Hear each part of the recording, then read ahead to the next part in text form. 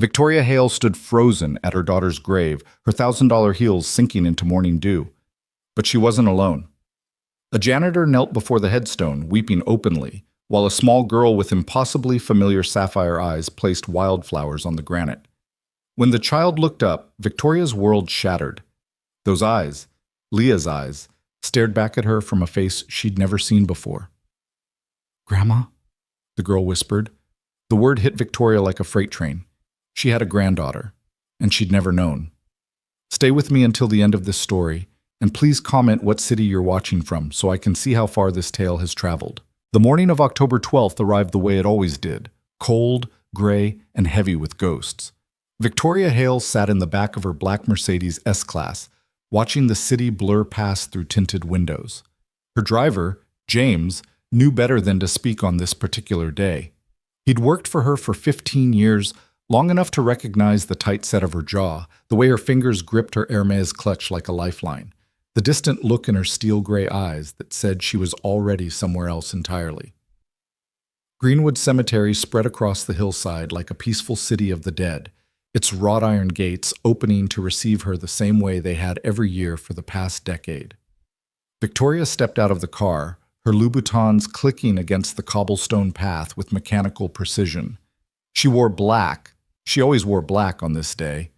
A tailored Armani suit that cost more than most people's monthly rent, but felt like prison clothes against her skin. "I'll be an hour," she told James without looking back. "Yes, ma'am."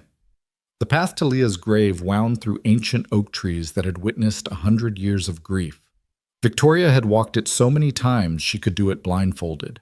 Past the Anderson family plot with its marble angels, past the weathered bench where she'd once found an elderly man feeding squirrels, talking to his wife's headstone about their grandchildren, past the small pond where ducks congregated, indifferent to human sorrow. Section 7, row 12, plot 3. She knew the coordinates like she knew her own social security number, but today something was different. As Victoria rounded the final bend, she heard something that didn't belong in this sanctuary of silence. The sound of crying, not the quiet, dignified tears of someone paying respects, but genuine, gut-wrenching sobs that spoke of fresh pain, not decade-old grief. She slowed her pace, her business instincts immediately shifting into alert mode. In her world, unexpected variables meant danger. Control meant survival. When Leah's grave came into view, Victoria stopped so abruptly she nearly lost her balance. A man knelt before her daughter's headstone. He wore a janitor's uniform, navy blue coveralls with a patch that read Riverside Community Center, and his shoulders shook with the kind of crying that came from somewhere deep and raw. His hands were pressed against the granite marker, and his head was bowed as if in prayer. But it wasn't just the man. Beside him, a small girl stood arranging stones and wildflowers at the base of the grave. She couldn't have been more than 7 years old, with dark hair pulled back in a simple ponytail and wearing a purple jacket that had clearly been patched and repatched with care. She hummed softly to herself as she worked, completely absorbed in her task, placing each stone and flower with deliberate tenderness. Victoria's first instinct was anger. This was her grief, her daughter, her private place of mourning. Who were these people? What gave them the right to... The girl looked up. Time stopped. The world tilted on its axis, and Victoria felt the ground dissolve beneath her feet. The child's eyes, dear God, her eyes, were the exact shade of sapphire blue that Victoria saw every time she closed her own eyes. Deep, vivid blue with flecks of gold around the pupils. Leah's eyes. Eyes that Victoria would recognize anywhere, anytime, under any circumstances. Eyes that had looked up at her from a hospital bassinet 33 years ago. Eyes that had sparkled with laughter at Christmas mornings and hardened with defiance during their last terrible argument. Eyes that should have been buried in this ground for 10 years, but here they were, staring at Victoria from a small, living face. The girl tilted her head, studying Victoria with the unselfconscious curiosity of childhood. "Are you the lady?" she asked, her voice clear and sweet. "Theo Michael said a lady comes here sometimes. A sad lady in fancy clothes." Victoria opened her mouth, but no sound came out. Her throat had closed completely. The man, Michael, looked up sharply. When he saw Victoria standing there, his face went pale. He scrambled to his feet, one hand instinctively moving to the girl's shoulder in a protective gesture. "Victoria," he said, and his voice cracked on her name. We didn't think you'd come so early. You usually come at noon." He'd been watching her, tracking her visits, deliberately avoiding her. "Who are you?" Victoria finally managed, though her voice sounded strange and distant to her own ears. "Who is this child?" Michael's hand tightened on the girl's shoulder. His eyes, dark brown and exhausted, with deep circles underneath that spoke of sleepless nights, met Victoria's with something that looked like fear and resignation mixed together. "My name is Michael Torres," he said slowly. "I was Daniel's best friend. And this?" He paused, taking a deep breath that seemed to require every ounce of courage he possessed. "This is Elena, Leah's daughter." The words hit Victoria like physical blows. Leah's daughter, Leah's daughter. Her daughter had a daughter.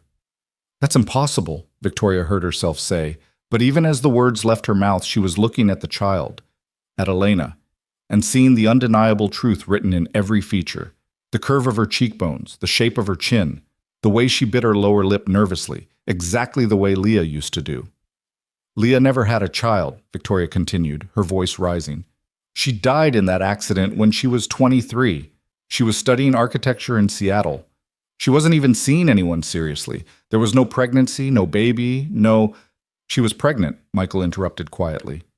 "She gave birth to Elena 2 months before the accident, before she came home to try to tell you." The cemetery spun. Victoria's knees buckled, and she grabbed onto a nearby headstone for support.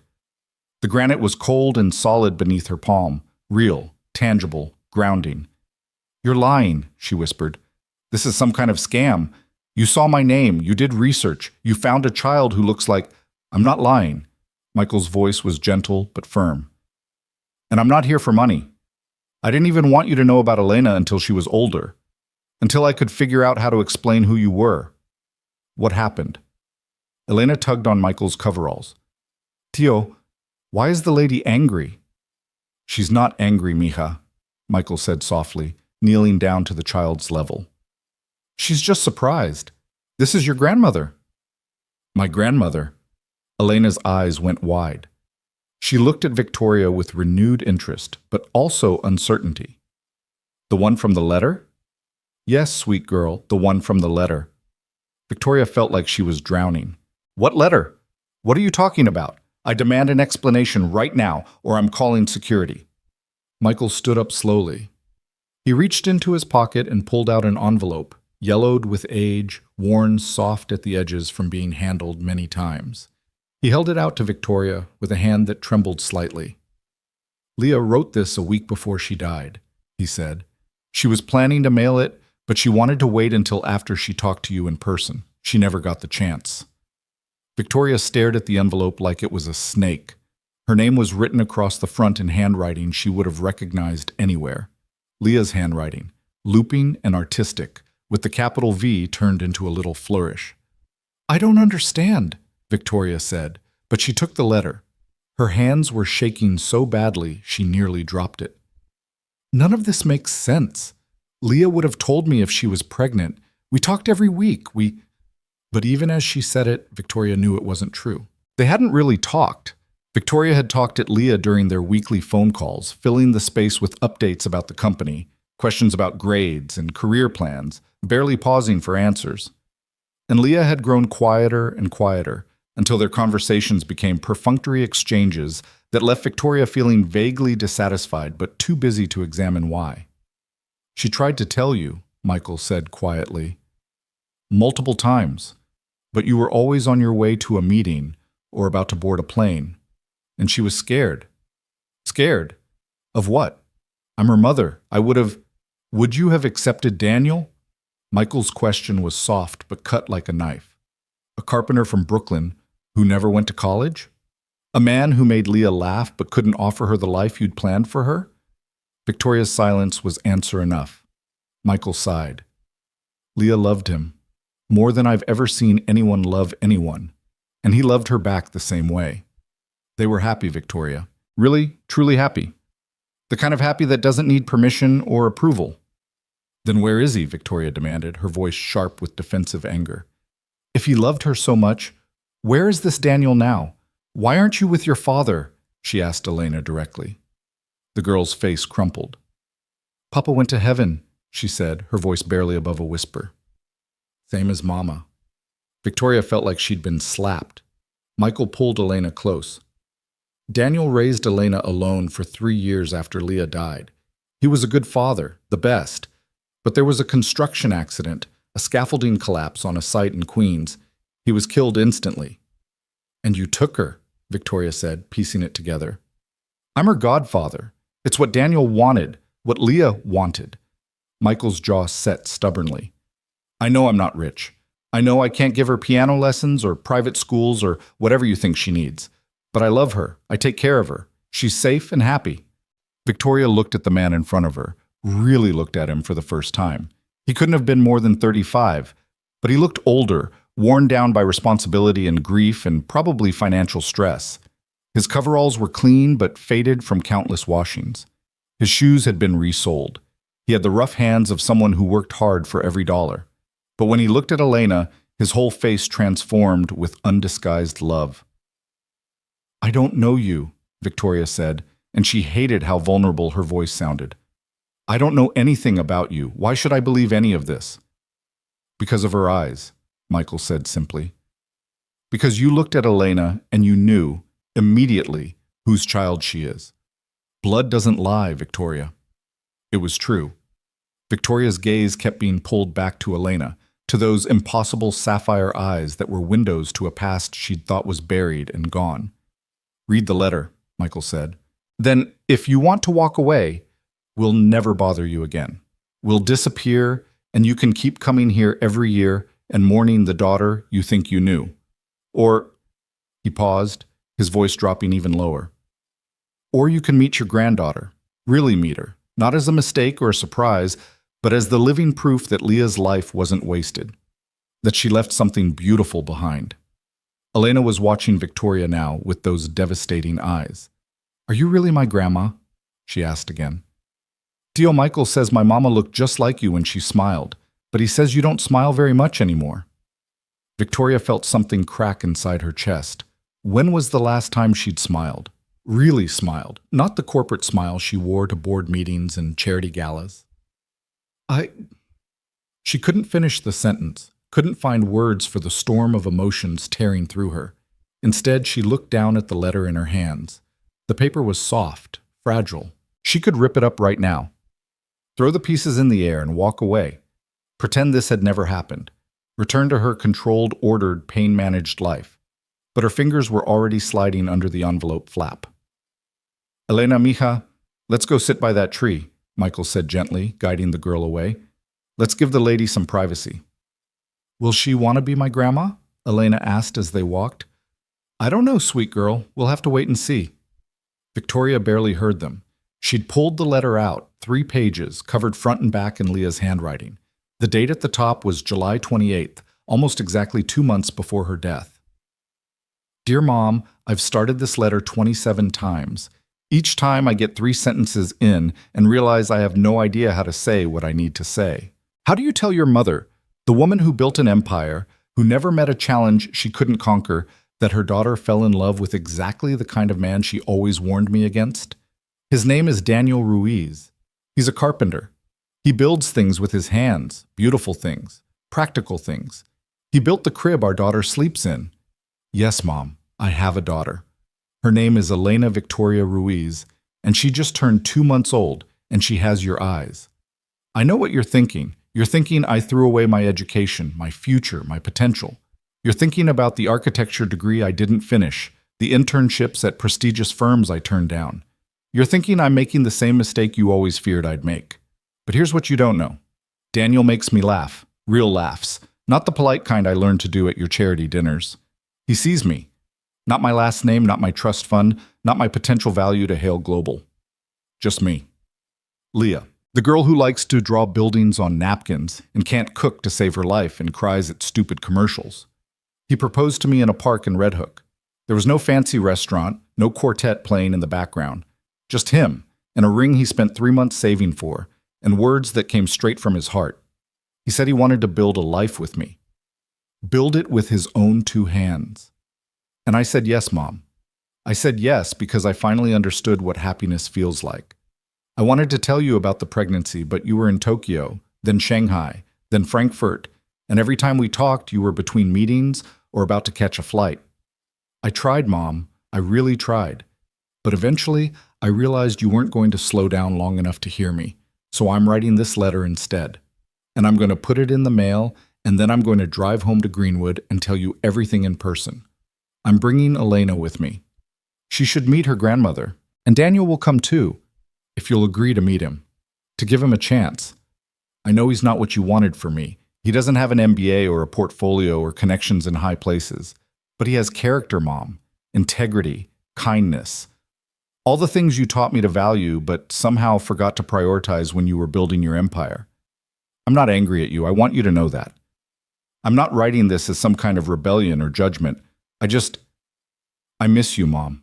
Not CEO Victoria Hale, not the woman whose photo appears in Forbes and Wall Street Journal. Just you, my mom, the woman who used to let me fall asleep in her lap while she read quarterly reports, the woman who taught me that the most important thing in life was to build something that lasts. Well, I built something that lasts. I built a family, and I want you to be part of it. Elena has your eyes and your stubborn chin. She grabs my finger with this fierce grip, like she's already ready to take on the world. You'd love her, Mom, if you just give yourself permission to. I'll be home on October 15th, Saturday afternoon. I'll come to the house. And I'm hoping so hard that you'll open the door, that you'll look at your granddaughter, that you'll see what I see, a chance to do things differently, to not let work consume everything, to remember that all the money and power in the world doesn't mean anything if you don't have people to share it with. I love you, Mom. I always have, even when you made it hard, even when your priorities hurt. I love you. Please don't let fear keep you from knowing Elena. She's already the best thing I've ever done, and she deserves to know her grandmother. The real you, not the polished version in designer suits. Love always, Leah, P.S. Elena laughed for the first time yesterday, a real belly-shaking baby laugh. Daniel made funny faces for 20 minutes straight to keep it going. I wish you could have been there. I wish you could be here for all of it. The letter fell from Victoria's hands. October 15th, Saturday afternoon. That had been the day of the emergency board meeting. The merger with Kensington Industries that Victoria had been negotiating for 8 months was about to fall through. She'd spent 18 hours at the office, fielding calls, revising contracts, threatening lawsuits. Leah had never showed up. Victoria remembered being briefly annoyed. Leah had called and said she was coming home, but then there was radio silence. Victoria had been too busy to follow up, too consumed with saving the merger to wonder why her daughter hadn't arrived. The accident had happened on October 14th, late evening. Leah's car had skidded on a rain-slicked highway outside of Greenwood. She'd died instantly, they said. No suffering. She'd been coming home to introduce Victoria to her granddaughter.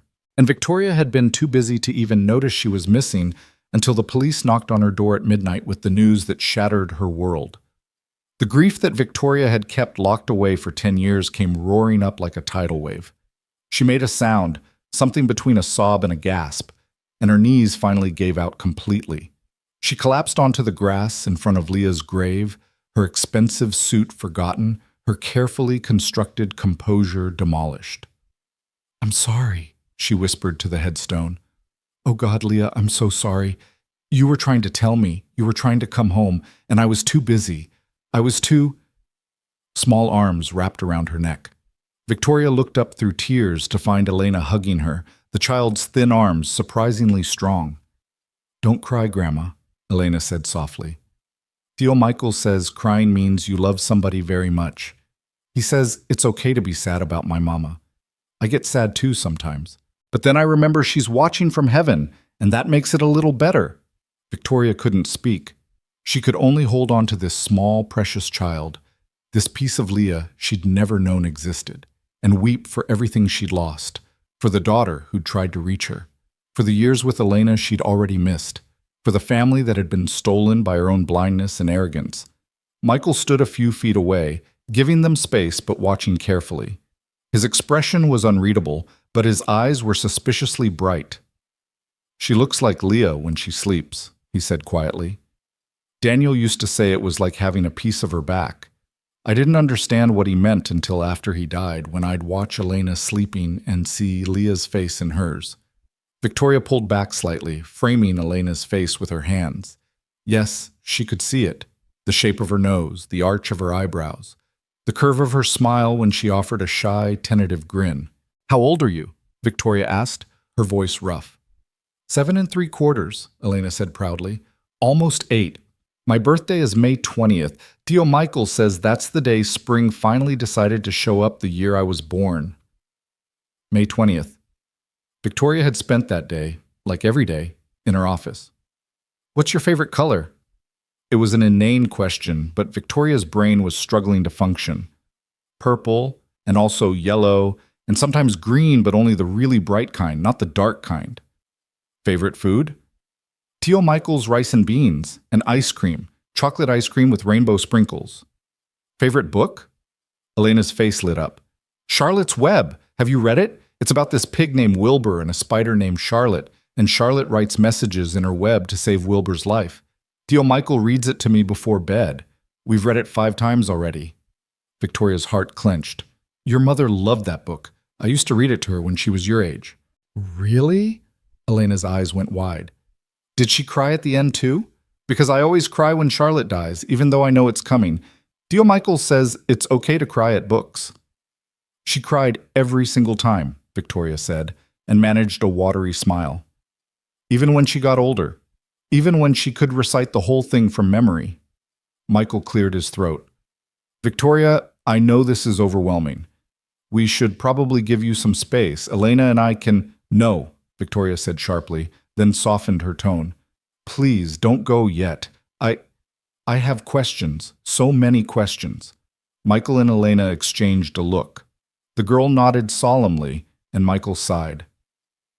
Okay, we can talk. But maybe not here? Elena gets cold easily, and it's getting chilly. Victoria looked around the cemetery as if seeing it for the first time. The morning had warmed slightly, but clouds were rolling in, promising rain later. My car, she said, standing up on wobbly legs. We can sit in my car. It's warm and private. They walked together to where James waited by the Mercedes. His eyes widened when he saw Victoria, red-eyed, her makeup ruined, grass stains on her knees, but he was too professional to comment. James, please give us some privacy, Victoria said. Take a walk. Come back in an hour. Of course, ma'am. The 3 of them settled into the back seat, Michael and Elena on one side, Victoria on the other, with what felt like a canyon of leather upholstery between them. Tell me everything, Victoria said. From the beginning. How did Leah meet Daniel? And Michael told her.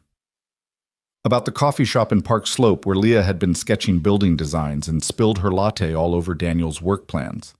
About how he'd laughed instead of getting angry, and they'd spent 2 hours talking while he redrew everything from memory. About their first date at a tiny Italian restaurant where the owner's grandmother cooked and Daniel knew everyone by name. About the way Leah had called Michael one night, breathless with joy, saying she'd met someone who made her feel like she could be herself, completely, totally herself, without apology. Daniel was a good man, Michael said, his voice thick with emotion. The best man I've ever known. He worked hard. He was honest. He treated Leah like she was the most precious thing in the world, which, to him, she was. Why didn't she tell me? Victoria asked. Why hide it? Michael looked uncomfortable. She wasn't hiding it exactly. She was waiting for the right time. But every time she tried to bring it up, you'd change the subject to her studies or her career prospects. And when she got pregnant, he glanced at Elena, choosing his words carefully. She knew you'd have opinions, strong opinions. She wanted to be strong enough to weather them first. Victoria felt the accusation in his words, even though his tone was gentle. And after she died? Victoria pressed. Why didn't Daniel contact me then? Surely I had a right to know about my granddaughter. Michael's jaw tightened. He tried. Once. He called your office about 3 months after Leah's funeral. He was struggling, grief-stricken, dealing with an infant alone. He managed to get through to your assistant. He explained who he was, asked if there was any way to speak with you. Victoria's stomach dropped. I never got that message. Your assistant told him you were in no condition to be bothered with claims from random men, that if he had legitimate business with Hale Global, he should contact the legal department. Daniel hung up and never called back. Who? Victoria's voice was sharp. Which assistant? Does it matter? He's gone now, Victoria. Daniel's gone. He raised Elena alone for 3 years, working 2 jobs to make ends meet, singing her to sleep every night with the same songs Leah used to sing. He was an incredible father. And then he died in an accident that could have been prevented if the construction company had followed proper safety protocols. I would have helped, Victoria said desperately.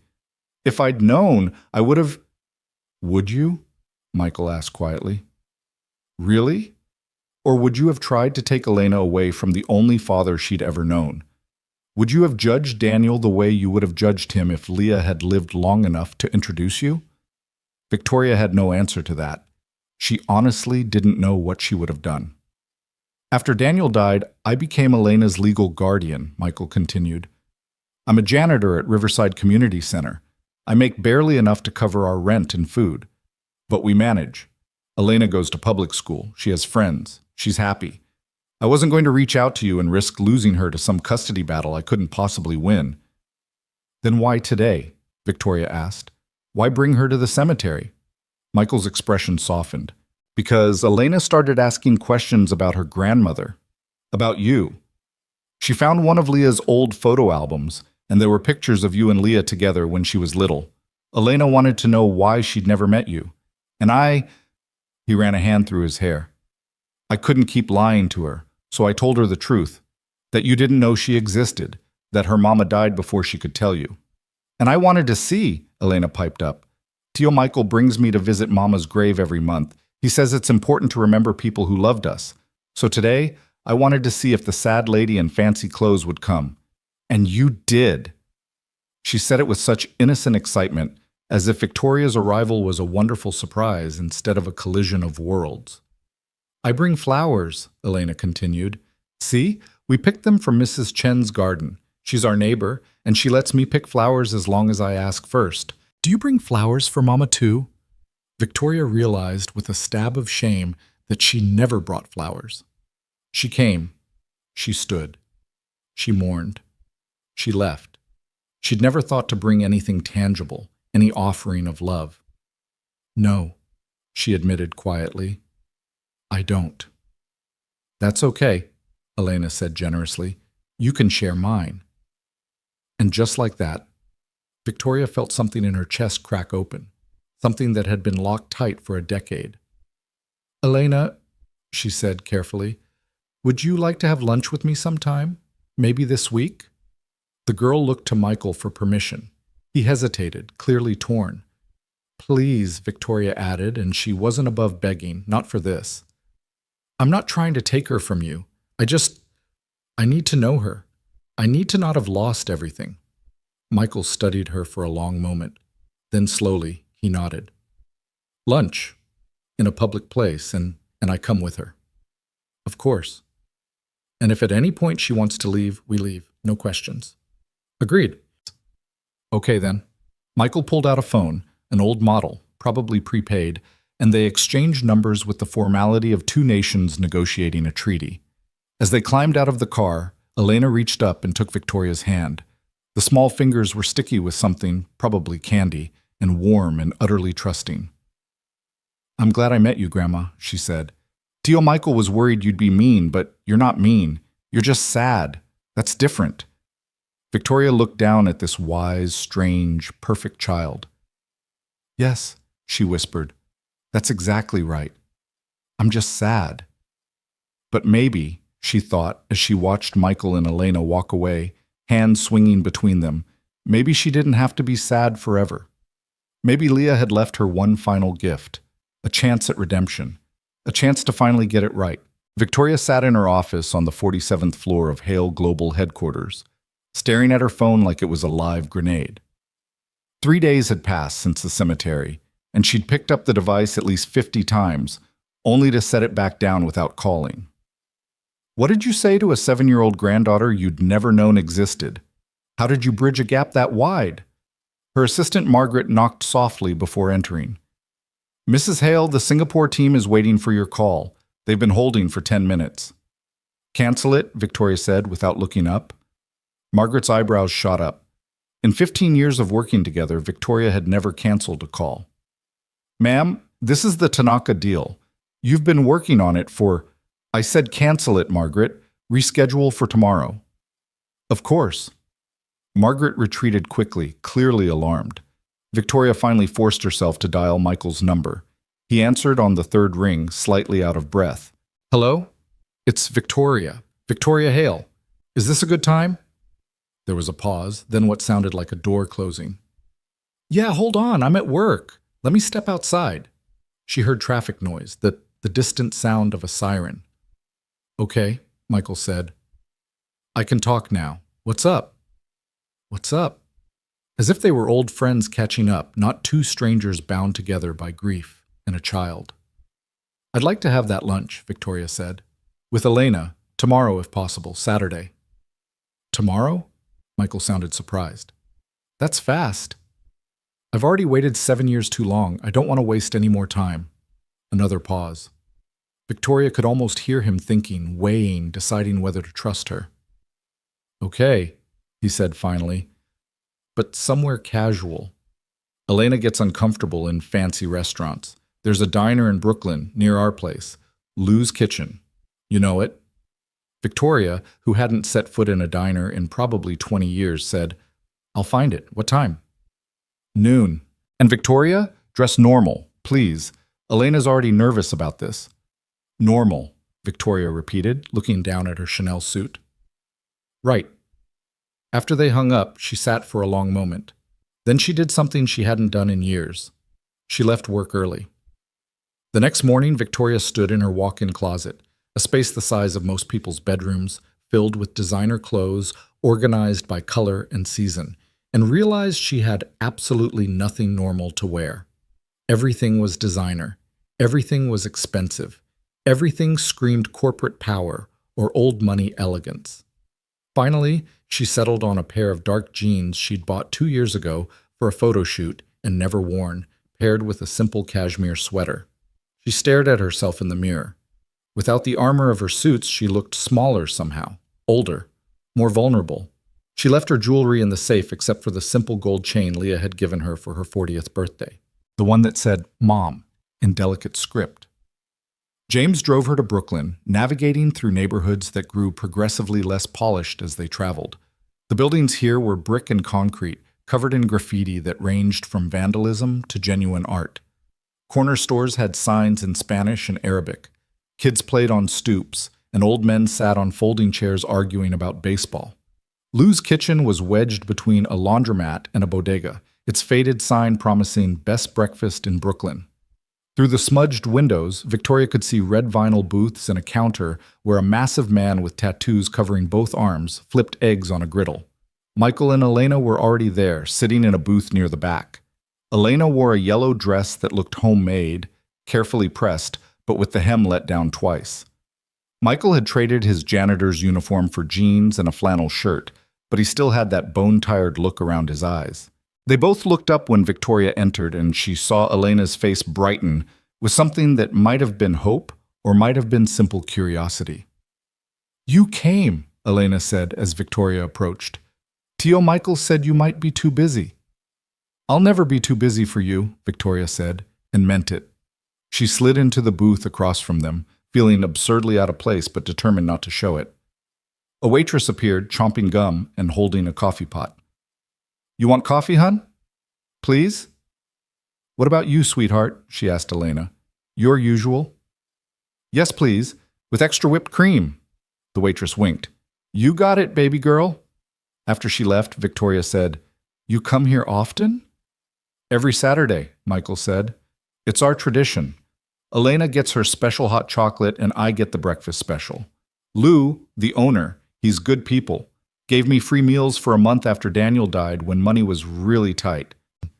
He makes the best pancakes in the whole world, Elena added solemnly. Even better than Tio Michael's, but don't tell him that. I already know, mija, Michael said with a small smile. I've accepted my defeat. Watching them together, the easy affection, the inside jokes, the way Elena leaned into Michael's side like a bird seeking shelter, Victoria felt a pang of something that might have been jealousy or might have been grief. This was what family looked like, real family, not the formal, scheduled interactions she'd had with Leah in those final years. So, Elena said, folding her hands on the table like a tiny adult. What should I call you? Tio Michael says you're my grandma, but is there a special name?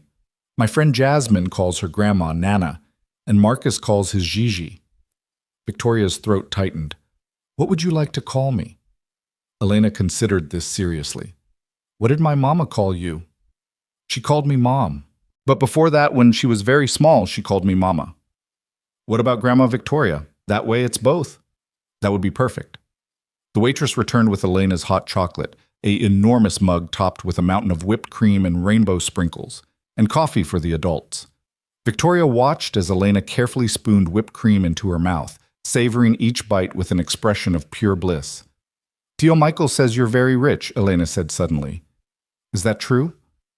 Elena, Michael said, his face flushing, we talked about this. You can't just... It's all right, Victoria interrupted. Yes, I have money, quite a lot of it. How much? Elena! No, it's okay. Victoria considered how to answer. Enough that I don't have to worry about bills or groceries or rent. Enough that I could buy almost anything I want. Elena processed this, sipping her hot chocolate. But you're still sad, so money doesn't fix everything, huh? Out of the mouths of babes, Victoria thought. No, sweetheart, money doesn't fix everything. That's what Tio Michael says, too. He says the best things in life are free, like hugs and stories and watching the sunset from the roof of our building.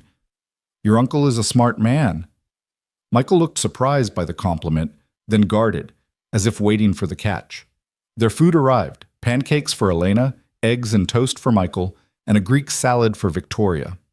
She watched as Michael automatically cut Elena's pancakes into bite-sized pieces, poured exactly the right amount of syrup, and reminded her to eat her strawberries too, not just the pancakes. So, Grandma Victoria, Elena said between bites, do you have a job? I run a company, Hale Global. We do business all over the world. What kind of business? We invest in other companies, help them grow and become successful. Elena nodded thoughtfully. Like planting seeds and helping them grow into big trees? Victoria blinked. That's actually a perfect way to describe it. My mama wanted to build buildings, Elena said. Tio Michael has pictures of the buildings she designed. They're so pretty. She drew one that looked like a flower growing out of the ground. I remember that one, Victoria said softly. She drew it when she was 16. I still have the original sketch in my office. Really? Elena's eyes went wide. Can I see it sometime? Of course, anytime you want. They fell into a rhythm then, the conversation flowing more naturally. Elena talked about school, about her teacher Mrs. Patterson, who let her help feed the class hamster, about her best friend Zara, who could do a handstand for 30 seconds. Michael interjected occasionally, adding details or gently steering Elena away from topics he clearly felt were too personal too soon, but Victoria wanted to know everything. What books did Elena like? What was her favorite subject? Did she play any sports? What did she want to be when she grew up? The answers painted a picture of a bright, creative, loving child who had endured more loss than any 7-year-old should face, but who somehow remained luminously hopeful. I want to be a veterinarian, Elena announced. Or maybe an artist. Or maybe both. Tio Michael says I can be anything I work hard at. He's right, Victoria said, then hesitated before adding, your mother wanted to be an architect, but when she was your age, she wanted to be a marine biologist. She was obsessed with dolphins. Really? Elena practically bounced in her seat. I love dolphins. Did she ever see real ones? We went to Florida one summer. She was 9. We took a boat tour and a pod of dolphins swam right alongside us. She cried she was so happy. Michael was watching Victoria carefully, and she could read the question in his eyes. Why are you here? What do you want from us? Fair questions. She wasn't entirely sure herself. After they finished eating, Elena asked if they could go to the park. There's one just 2 blocks away, she told Victoria. It has the best swings, and Tio Michael pushes me really, really high. If your uncle doesn't mind, I'd love to see this park. Michael nodded slowly. Yeah, okay, but we can't stay too long. I have to work the evening shift tonight. The park was small and worn, sandwiched between apartment buildings with laundry hanging from fire escapes. The equipment was old but well-maintained, and it was full of families, kids shrieking with laughter, parents chatting in clusters, teenagers playing basketball on a cracked court. Elena made a beeline for the swings, her yellow dress fluttering behind her. Michael followed at a more sedate pace, and Victoria walked beside him. She likes you, Michael said quietly. That's good. I was worried she'd be scared. And you? Victoria asked. Are you still scared? He glanced at her, then away. Yeah, I'm terrified. You have more money than God and probably lawyers to match. If you wanted to take her from me, I couldn't stop you. I don't want to take her from you, Victoria said. You love her. That's obvious. And she loves you back. I'm not interested in destroying that. Then what do you want? Victoria watched Elena drag her feet to stop the swing, then yell for Michael to push her. I want to know my granddaughter. I want to be part of her life. I want... She paused, struggling to articulate something she barely understood herself. I want to not be the sad lady in fancy clothes who shows up once a year at a grave. I want to be a real person to her, someone who matters. Michael studied her for a long moment. That's going to take time. Trust. You can't just show up and expect to be family because of DNA. I know. And if you hurt her, if you decide this is too much work or too uncomfortable and you bail, I will never forgive you. The threat was delivered quietly but with absolute conviction. Victoria respected him for it. I won't bail, she said. I already lost my daughter because I was too busy, too focused on things that didn't matter. I won't make that mistake again. They reached the swings, and Michael began pushing Elena, who squealed with delight each time she soared higher. Victoria stood to the side, watching, trying to memorize every detail. The sound of Elena's laughter, the way her hair flew behind her, the absolute trust on her face as Michael caught the swing and pushed again. Grandma Victoria, do you want to try? Elena called out. It's really fun. Oh, I don't think... Please? Just try? So Victoria found herself lowering herself onto the adjacent swing, feeling ridiculous and exposed. When was the last time she'd been on a swing? 40 years ago? 50? Hold on tight, Elena instructed, and lean back when you go forward, lean forward when you go back. That's how you go higher. Victoria pushed off tentatively, barely moving. Elena giggled. Like this! She demonstrated, pumping her legs with exaggerated movements.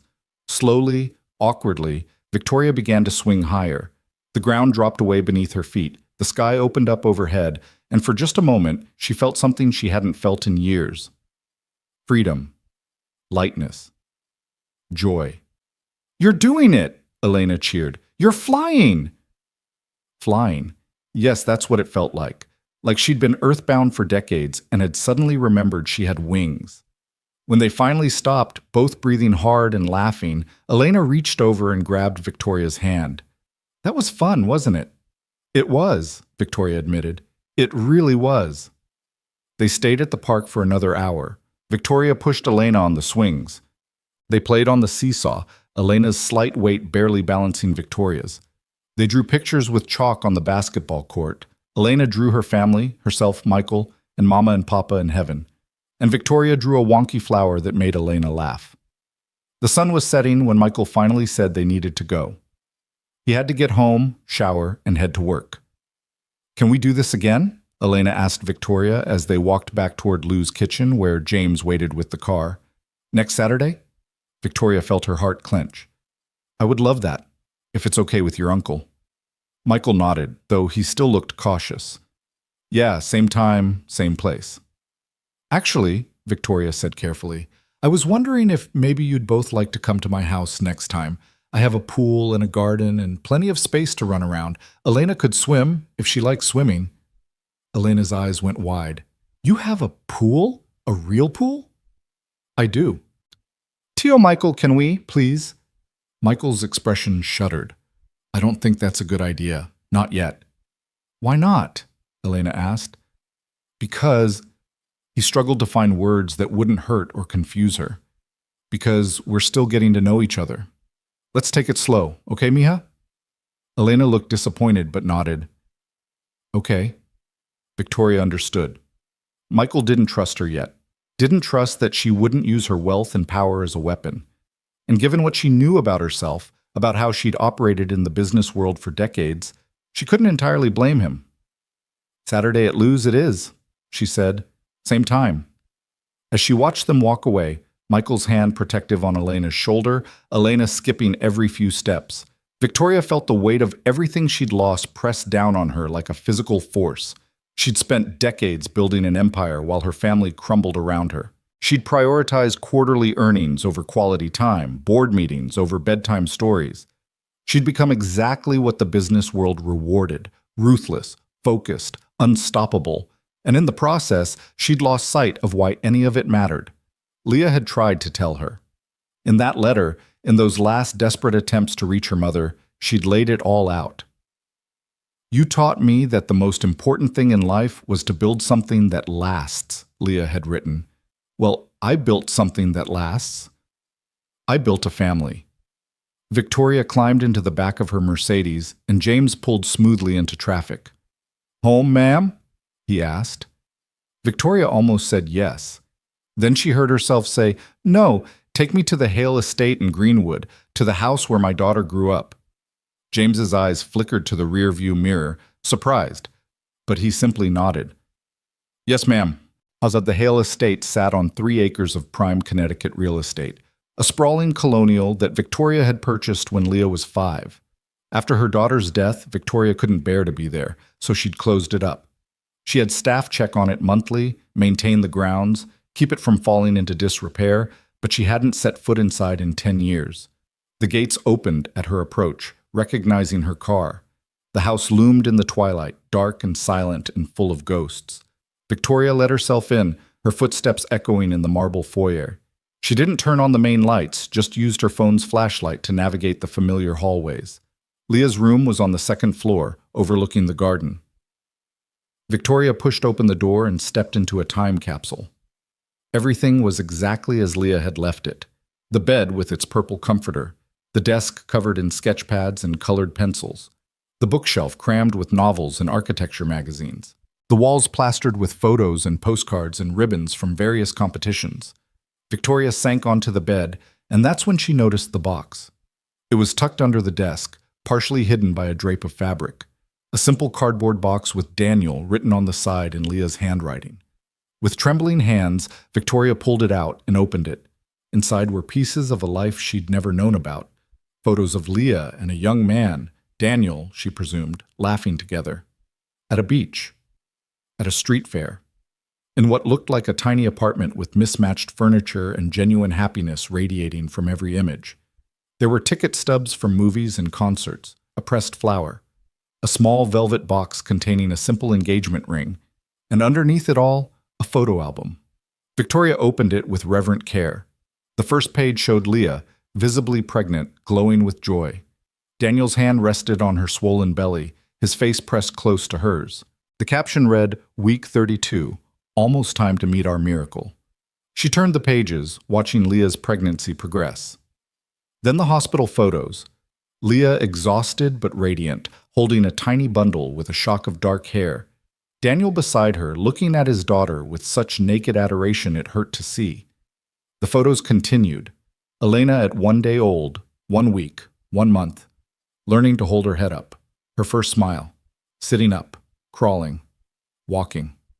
A whole life had unfolded, and Victoria had known nothing about it. She found a photo dated July 28th, the same day Leah had written the letter.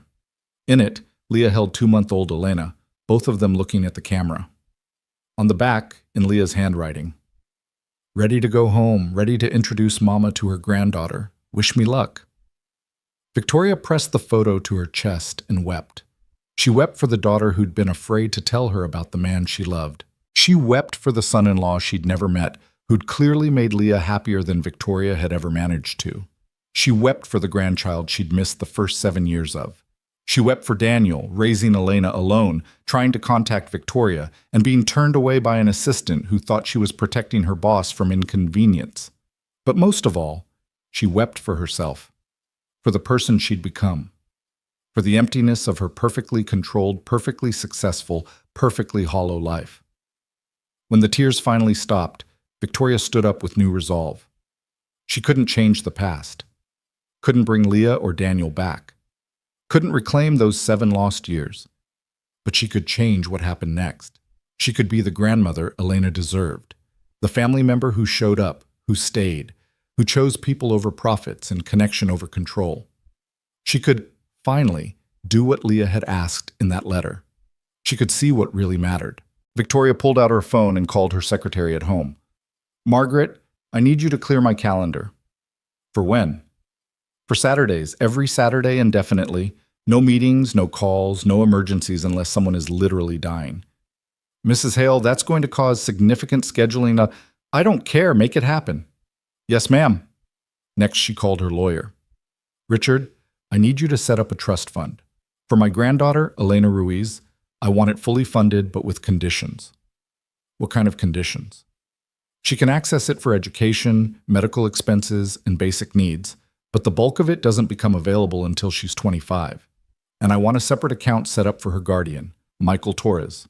Monthly stipend, enough that he doesn't have to work 2 jobs." "How much are we talking?"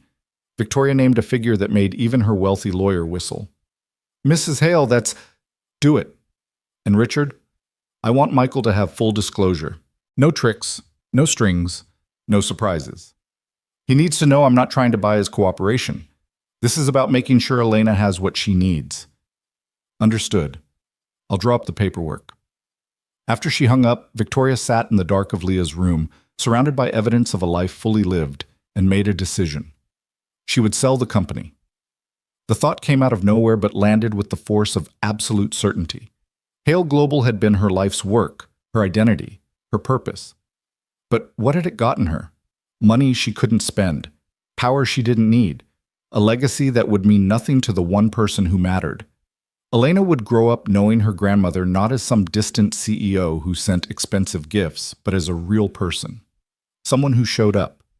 Someone who chose her. Victoria spent the night in Leah's room, surrounded by ghosts and memories and the faint scent of her daughter's perfume that still somehow lingered after all these years. She looked through every photo, read every letter Daniel had written to Leah, traced the careful handwriting in Leah's journals, where she'd recorded every milestone of Elena's early life. By dawn, she had a plan.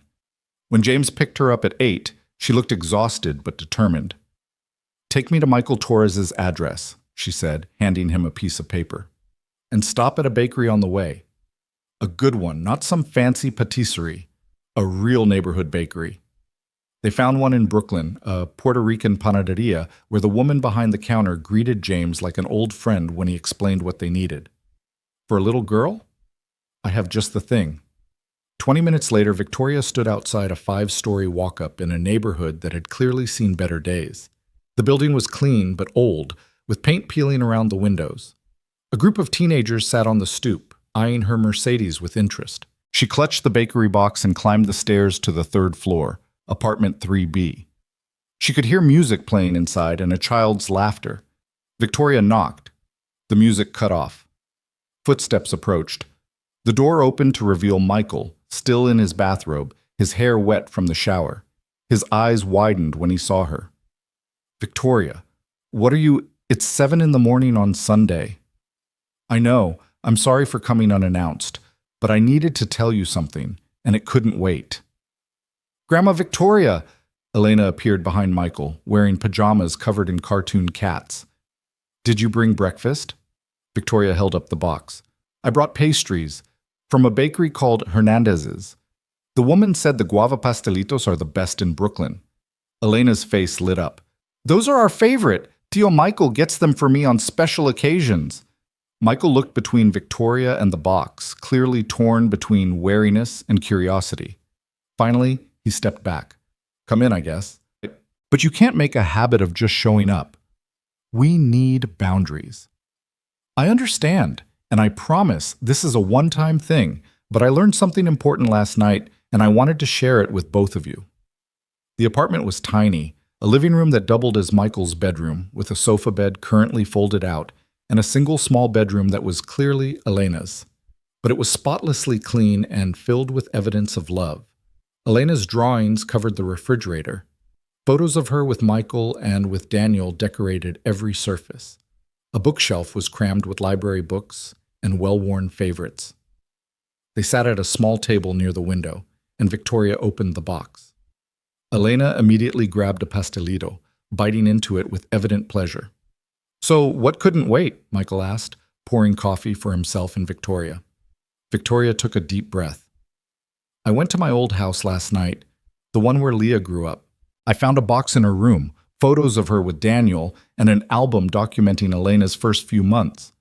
Michael's expression softened. Daniel made that album. He was so proud of every little thing Elena did.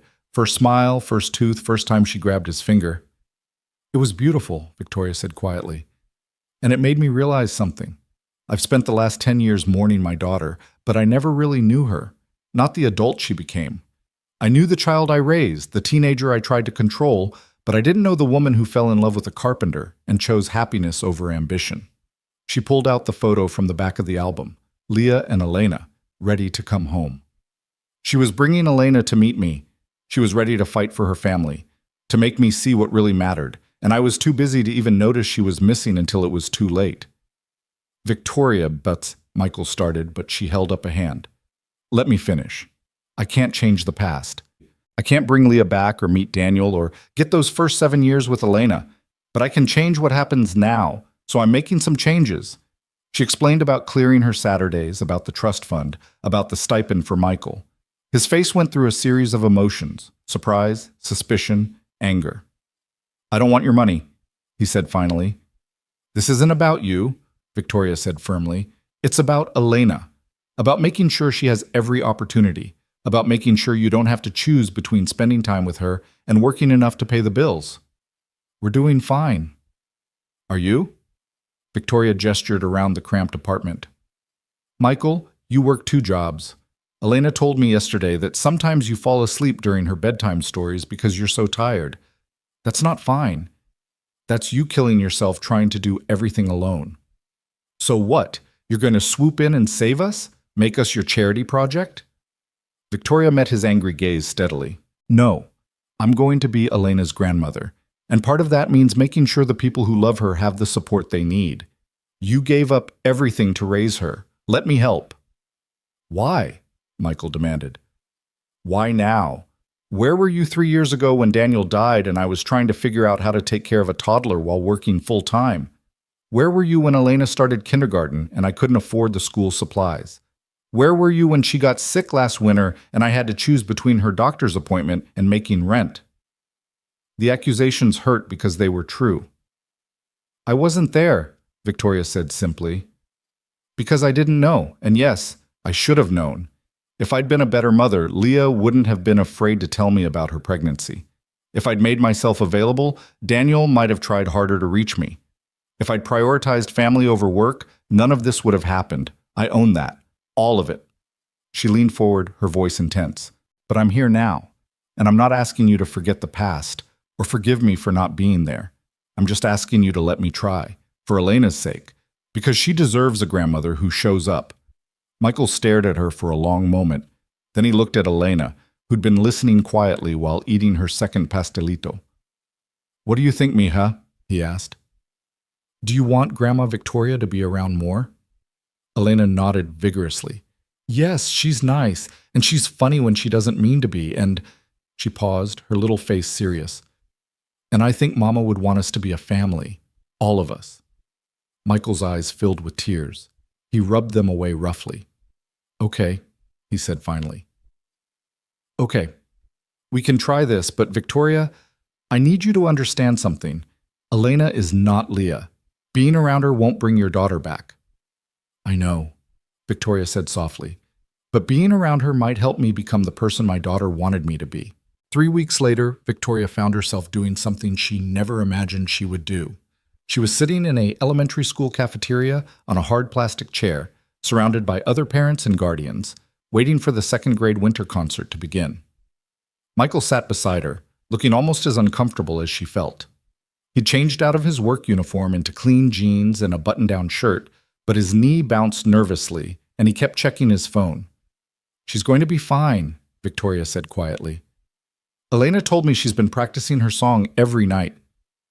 "I know, it's just, this is her first real performance. She's been so excited, but this morning she said her stomach hurt. What if she gets stage fright?" Victoria found herself smiling. "Then we'll applaud anyway, and tell her she was brave for trying." The past 3 weeks had been a revelation. True to her word, Victoria had kept every Saturday free. Sometimes they went to Lou's kitchen, sometimes to the park. Once, when it rained, they'd spent the afternoon in Victoria's penthouse apartment watching animated movies while Elena explained the plot points Victoria missed, and Michael dozed on the couch, finally getting the rest he desperately needed. Slowly, carefully, they were building something. Not quite a family yet, but the framework of one. The lights dimmed and the cafeteria full of fidgeting parents quieted. Mrs. Patterson, Elena's teacher, stepped to the front with a microphone that squealed feedback before settling. "Thank you all for coming to our winter celebration," she said warmly. "Our second graders have been working so hard, and they're excited to share what they've learned. Let's give them a big round of applause as they come out." The children filed onto the makeshift stage, a raised platform at the front of the cafeteria, in a chaotic line that barely resembled the orderly entrance they'd probably rehearsed. Victoria spotted Elena immediately. She wore the same yellow dress from that first lunch, but Victoria had noticed it had been carefully mended and pressed. The girl's eyes scanned the audience anxiously until she found them. When she did, her whole face transformed with relief and joy. Victoria waved, and Elena waved back so enthusiastically she nearly knocked over the boy standing next to her. The concert was exactly what one would expect from 7-year-olds. Sweet and slightly off-key, with some children forgetting lyrics and others singing at the wrong tempo. But when Elena's class performed "You Are My Sunshine," and Victoria heard her granddaughter's clear, confident voice rising above the others, something inside her chest cracked open even wider. She glanced at Michael and saw tears streaming down his face. He didn't bother to wipe them away. "Daniel should be here," he whispered. "He'd be so proud." Victoria reached over and squeezed his hand. "He knows. Somehow, he knows." After the concert, parents crowded around the stage to collect their children. Elena launched herself at Michael, who caught her and swung her around. "Did you see me? Did you hear me? I didn't forget any words." "You were perfect, mija. Absolutely perfect." "What about you, Grandma Victoria? Did you like it?" Victoria knelt down to Elena's level, not caring that her expensive slacks were on the grimy cafeteria floor. "You were the best one up there. Your voice was so clear and beautiful." "Really? Because Marcus said I sang too loud, but Mrs. Patterson said there's no such thing as too loud when you're singing from your heart." "Mrs. Patterson is very wise." A woman approached them, smiling warmly. She had kind eyes and wore a cardigan covered in snowflakes. "You must be Elena's grandmother. She's been so excited about you coming. I'm Ann Patterson, her teacher." Victoria stood and shook her hand. "Victoria Hale. It's a pleasure to meet you. Elena is such a joy to have in class. Creative, curious, kind to her classmates. You should be very proud." "We are," Michael said, his hand protective on Elena's shoulder. Mrs. Patterson's expression shifted slightly, becoming more serious. "Could I speak with you both for a moment? Privately?" Michael and Victoria exchanged glances. "Elena, why don't you go show Grandma Victoria your classroom?" Michael suggested. "We'll be right there." "Okay. Come on, Grandma Victoria. I'll show you my desk and the hamster and everything." As Elena dragged Victoria toward the hallway, Victoria heard Mrs. Patterson say, "It's nothing terrible, I promise, but there have been some incidents I think you should know about." In the classroom, Elena chattered excitedly, showing Victoria her cubby with her name on it, her desk with the scratch marks she'd accidentally made with scissors, the reading corner where they got to sit on bean bags. But Victoria's mind was half on the conversation happening outside. When Michael and Mrs. Patterson finally entered, Michael's face was tight with worry. "What is it?" Victoria asked. Mrs. Patterson looked at Elena. "Sweetheart, could you go get your backpack from your cubby? Take your time." Once Elena was out of earshot, the teacher continued. Elena is doing wonderfully academically, but there have been some social challenges. Some of the other children have been asking questions about her family situation. Why she doesn't have a mom or dad. Why she lives with her uncle instead of her parents. Kids can be cruel, Michael said, his voice hard. They're not being deliberately mean, Mrs. Patterson said gently. They're just curious. But last week, a boy named Tyler told Elena that she couldn't play house at recess because she didn't have a real family. It upset her quite a bit. Victoria felt anger surge through her. Which child is Tyler? I'd like to speak with his parents. That won't be necessary, Mrs. Patterson said quickly. We addressed it immediately. Tyler apologized, and we had a class discussion about different kinds of families. But I wanted you to know because Elena has been quieter since then, less willing to share in circle time. Michael crouched beside Elena's desk, his head in his hands. God, I thought we were past this. She went through a phase like this right after Daniel died. Stopped talking at school. Stopped making eye contact. What helped then? Victoria asked. Time, therapy, and a lot of reassurance that she was safe and loved. He looked up at Mrs. Patterson. Is she going to need more counseling? I think it would be beneficial. Not because there's anything wrong with Elena, but because she's processing some complex feelings, and having professional support can only help. After Mrs. Patterson left, they collected Elena and headed out to the parking lot. The girl was quiet now. The excitement from the concert faded. Elena, Victoria said carefully, Mrs. Patterson told us what happened at recess. With Tyler. Elena's face fell. I'm not supposed to talk about it. Mrs. Patterson said it's resolved. You're not in trouble, Michael said quickly. We just want to make sure you're okay. I'm fine. Mija, you can talk to us. About anything. Elena was silent for a long moment. Then, in a small voice, she said, Tyler said I'm an orphan. He said orphans don't have families, but I do have a family, right? I have you, Tio Michael, and now I have Grandma Victoria. That's a family. Victoria felt her heart break and mend simultaneously. Yes, sweetheart, that's absolutely a family. Then why did it make me so sad when he said it? Michael picked her up even though she was getting too big to be carried easily. Because words can hurt even when they're wrong. Tyler was wrong about you not having a family, but he was right that you're an orphan, and that's a hard thing. It's okay to be sad about it. I miss my papa, Elena whispered. I miss him so much sometimes I can't breathe. I know, baby. I miss him too. Victoria watched them, feeling like an intruder on an intimate moment of grief. But then Elena reached out a hand toward her. Grandma Victoria, did you know my papa? No, sweetheart. I never had the chance to meet him. But I've seen pictures, and Michael has told me stories. Your papa sounded like a wonderful man. He was the best papa in the whole world. He used to sing me songs in Spanish and make me pancakes shaped like animals and read me stories with funny voices. He loved you very much. Do you think he's with my mama in heaven? Victoria had never been particularly religious, but looking at this child's hopeful face, she said, Yes, I think they're together, watching over you. And I think they're proud of the brave, kind, smart girl you're becoming. That night, after dropping Michael and Elena back at their apartment, Victoria sat in her penthouse staring out at the Manhattan skyline. She'd spent decades in this apartment, but it had never felt like home. It was a showcase, a statement, a place to sleep between business trips. Every piece of furniture was designer, every surface pristine.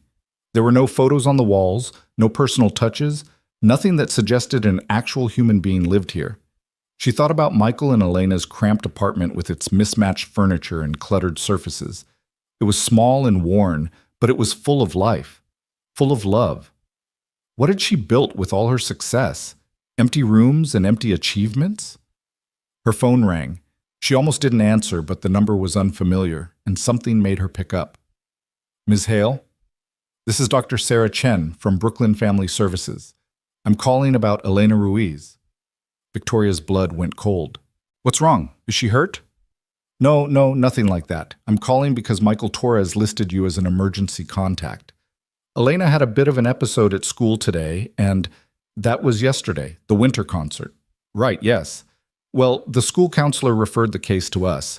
just as a precaution. We're not investigating anything, but we do require a home visit to ensure Elena's living situation is stable and appropriate." "When?" Victoria demanded. "Tomorrow afternoon, 2 o'clock. Mr. Torres has been notified." After she hung up, Victoria immediately called Michael. He answered on the first ring, sounding panicked. "Did they call you too?" he asked without preamble. "Yes. Michael, this is routine. They just want to make sure Elena is safe and cared for." "You don't understand. Last time they came, after Daniel died, they almost took her. Said I wasn't a suitable guardian. Single man, no stable income, no family support. I had to fight for months to keep her." "But you won." "Barely. And that was before—" He trailed off. "Before what?" "Before I lost my day job. The community center is cutting hours. I'm down to part-time. I've been picking up night shifts at a warehouse to make up the difference, but it's not enough. I'm 3 months behind on rent, Victoria. 3 months. The landlord gave me until the end of January, but that's only 5 weeks away." Victoria closed her eyes. "Why didn't you tell me?" "Because I don't want your money. I want to take care of Elena myself. I want to be enough." "Michael, accepting help doesn't make you less enough. It makes you smart." "Easy for you to say. You've never needed help from anyone." The accusation stung because it was true. Victoria had built her empire on self-sufficiency, on never being vulnerable, on never needing anything from anyone. "Let me come with you tomorrow," she said, "for the home visit. I'm listed as emergency contact now. I should be there." "Fine, whatever. Just don't make things worse." The next afternoon, Victoria arrived at Michael's apartment 15 minutes early. She'd dressed carefully, not in a business suit, but not too casual either. She needed to look responsible and stable without looking like she was trying too hard. Michael answered the door looking exhausted. "Elena's at school. I took a half day off to clean." Victoria looked around. The apartment was spotless, but there was no hiding how small it was, how worn the furniture was, how the bathroom door didn't quite close properly, and the kitchen window was cracked and covered with duct tape. "Michael," she said gently, "have you thought about the stipend I mentioned? The trust fund?" "I told you, I don't want it. This isn't about what you want. It's about what Elena needs, and right now she needs stability. She needs a home that isn't going to be taken away because you're too proud to accept help." Before he could respond, there was a knock at the door. Dr. Chen was a small, professional woman in her 40s with a kind but assessing gaze. She introduced herself and immediately began walking through the apartment, taking notes. "How long have you lived here?" she asked Michael. 4 years, since right after Daniel died." "And your current employment situation?" "I work at Riverside Community Center, part-time custodian, and I pick up night shifts at a warehouse in Queens." "How many hours per week total?" "Around 50, 55. Dr. Chen made a note. "And childcare while you're working nights?" Michael hesitated. "Mrs. Chen upstairs watches her. She's been our neighbor for years. She loves Elena." "Mrs. Chen is 83 years old," Dr. Chen said, consulting her notes, "according to our records. She's very sharp, very capable." "I'm sure she is. But 55-hour work weeks, an elderly neighbor providing overnight childcare, rent in arrears." Dr. Chen looked up. "Mr. Torres, I'm not here to judge you, but I need to ensure Elena is in a stable environment." "She is stable," Michael said desperately. "She's happy. She's thriving at school. Ask her teacher." We did. "Mrs. Patterson speaks very highly of Elena, but she also mentioned recent behavioral concerns, social withdrawal, comments from other children about Elena's family situation that caused distress." "Kids are mean. That's not my fault." "No one is saying it's your fault." Dr. Chen's voice softened. "But we need to consider what's best for Elena long term." Victoria had been silent until now, but she couldn't stay quiet anymore. "Dr. Chen, may I say something?" The social worker turned to her. "You're listed as emergency contact. Are you family?" "I'm Elena's grandmother. I only recently came back into her life." "Recently? How recently?" 3 weeks ago." Dr. Chen's expression became guarded. "I see. And where were you before that?" "I didn't know Elena existed. My daughter, Elena's mother, died before she could tell me about the pregnancy. But now I'm here, and I'm committed to supporting both Elena and Michael. Supporting how? Financially, emotionally, whatever they need. Ms. Hale, are you offering to take custody of Elena? What? No, Michael interjected. Absolutely not. Elena stays with me. I'm not trying to take her, Victoria said quickly. I'm trying to help. I've established a trust fund for Elena's education and future needs, and I'm providing Michael with a monthly stipend so he doesn't have to work himself to death just to keep a roof over their heads. Dr. Chen made more notes. How much is this stipend? Victoria named the amount. The social worker's eyebrows rose. That's quite generous. My granddaughter deserves stability. Michael has been providing that on his own for 4 years with minimal resources. I'm simply ensuring he has the support he needs to continue being the excellent guardian he already is. And what do you get out of this arrangement? The question was sharp, probing. Victoria met Dr. Chen's gaze steadily. I get to know my granddaughter. I get to be part of her life. I get a chance to be the family member I should have been all along. Dr. Chen studied her for a long moment, then looked at Michael. Is this arrangement something you're comfortable with? Michael's jaw worked. Finally, he said, yes. Victoria's help means I can be here for Elena more. Means I don't have to choose between making rent and making it to her school concerts. And Elena? How does she feel about her grandmother being in her life? She loves it, Michael said, and his voice softened. She asks about Victoria constantly. When is Grandma coming again? Can we call Grandma? She's never had a grandmother before. She's never had extended family at all. This is good for her. Dr. Chen closed her notebook. Okay. I'm going to recommend that the case remain open for monitoring, but I don't see any immediate cause for removal. However, Mr. Torres, you need to get current on your rent, and I want to see documentation of this trust fund and stipend arrangement. My lawyer will provide everything you need, Victoria said, already pulling out her phone. I'll have the documents delivered to your office by tomorrow morning. After Dr. Chen left, Michael collapsed onto the couch, his face in his hands. That was too close. If you hadn't been here, if you hadn't had that trust fund already set up. But I was here, and it is set up. Victoria sat beside him. Michael, please, let me help. Not because I think you're inadequate, but because raising a child alone is impossible. My daughter tried to tell me that. She built a support system with Daniel, with you. She understood that family means sharing the burden. This is so hard, Michael whispered. Some days I don't know if I'm doing right by her. If I'm enough? You're more than enough. Elena is happy and healthy and full of love because of you. All I'm offering is a little breathing room, a little safety net. Michael looked at her with red-rimmed eyes. Why are you really doing this? And don't give me the line about being a grandmother. There's something else. Victoria was quiet for a moment. Then she said, My son. I have a son. Had a son. His name is Theo. Michael straightened. Elena has an uncle? Technically, but Theo and I... She struggled with the words. We haven't spoken in 5 years. Not since Leah's funeral. He blamed me for her death. Said if I'd been a better mother, if I'd made myself available, she wouldn't have been scared to come home. She wouldn't have been on that road in the rain. That's not fair. It's completely fair, he was right. And I said terrible things back to him. Told him he was weak. That he'd never amount to anything. That his grief was just an excuse for his failures. Victoria's voice cracked. He was grieving his sister, and I attacked him for it because I couldn't face my own guilt. Where's he now? I don't know. He moved to California, San Francisco, I think. He sends a Christmas card every year with just his signature. No letter, no return address. Just a reminder that he exists. You should contact him. Tell him about Elena. I wouldn't know what to say. Michael looked at her seriously. You say, I was wrong. I'm sorry. I'm trying to be better. And your niece needs you. The words sat between them like a challenge. That night, Victoria sat at her desk with a glass of wine and a blank piece of stationery. She'd written 100 corporate emails that moved millions of dollars. She'd negotiated deals that shaped international markets.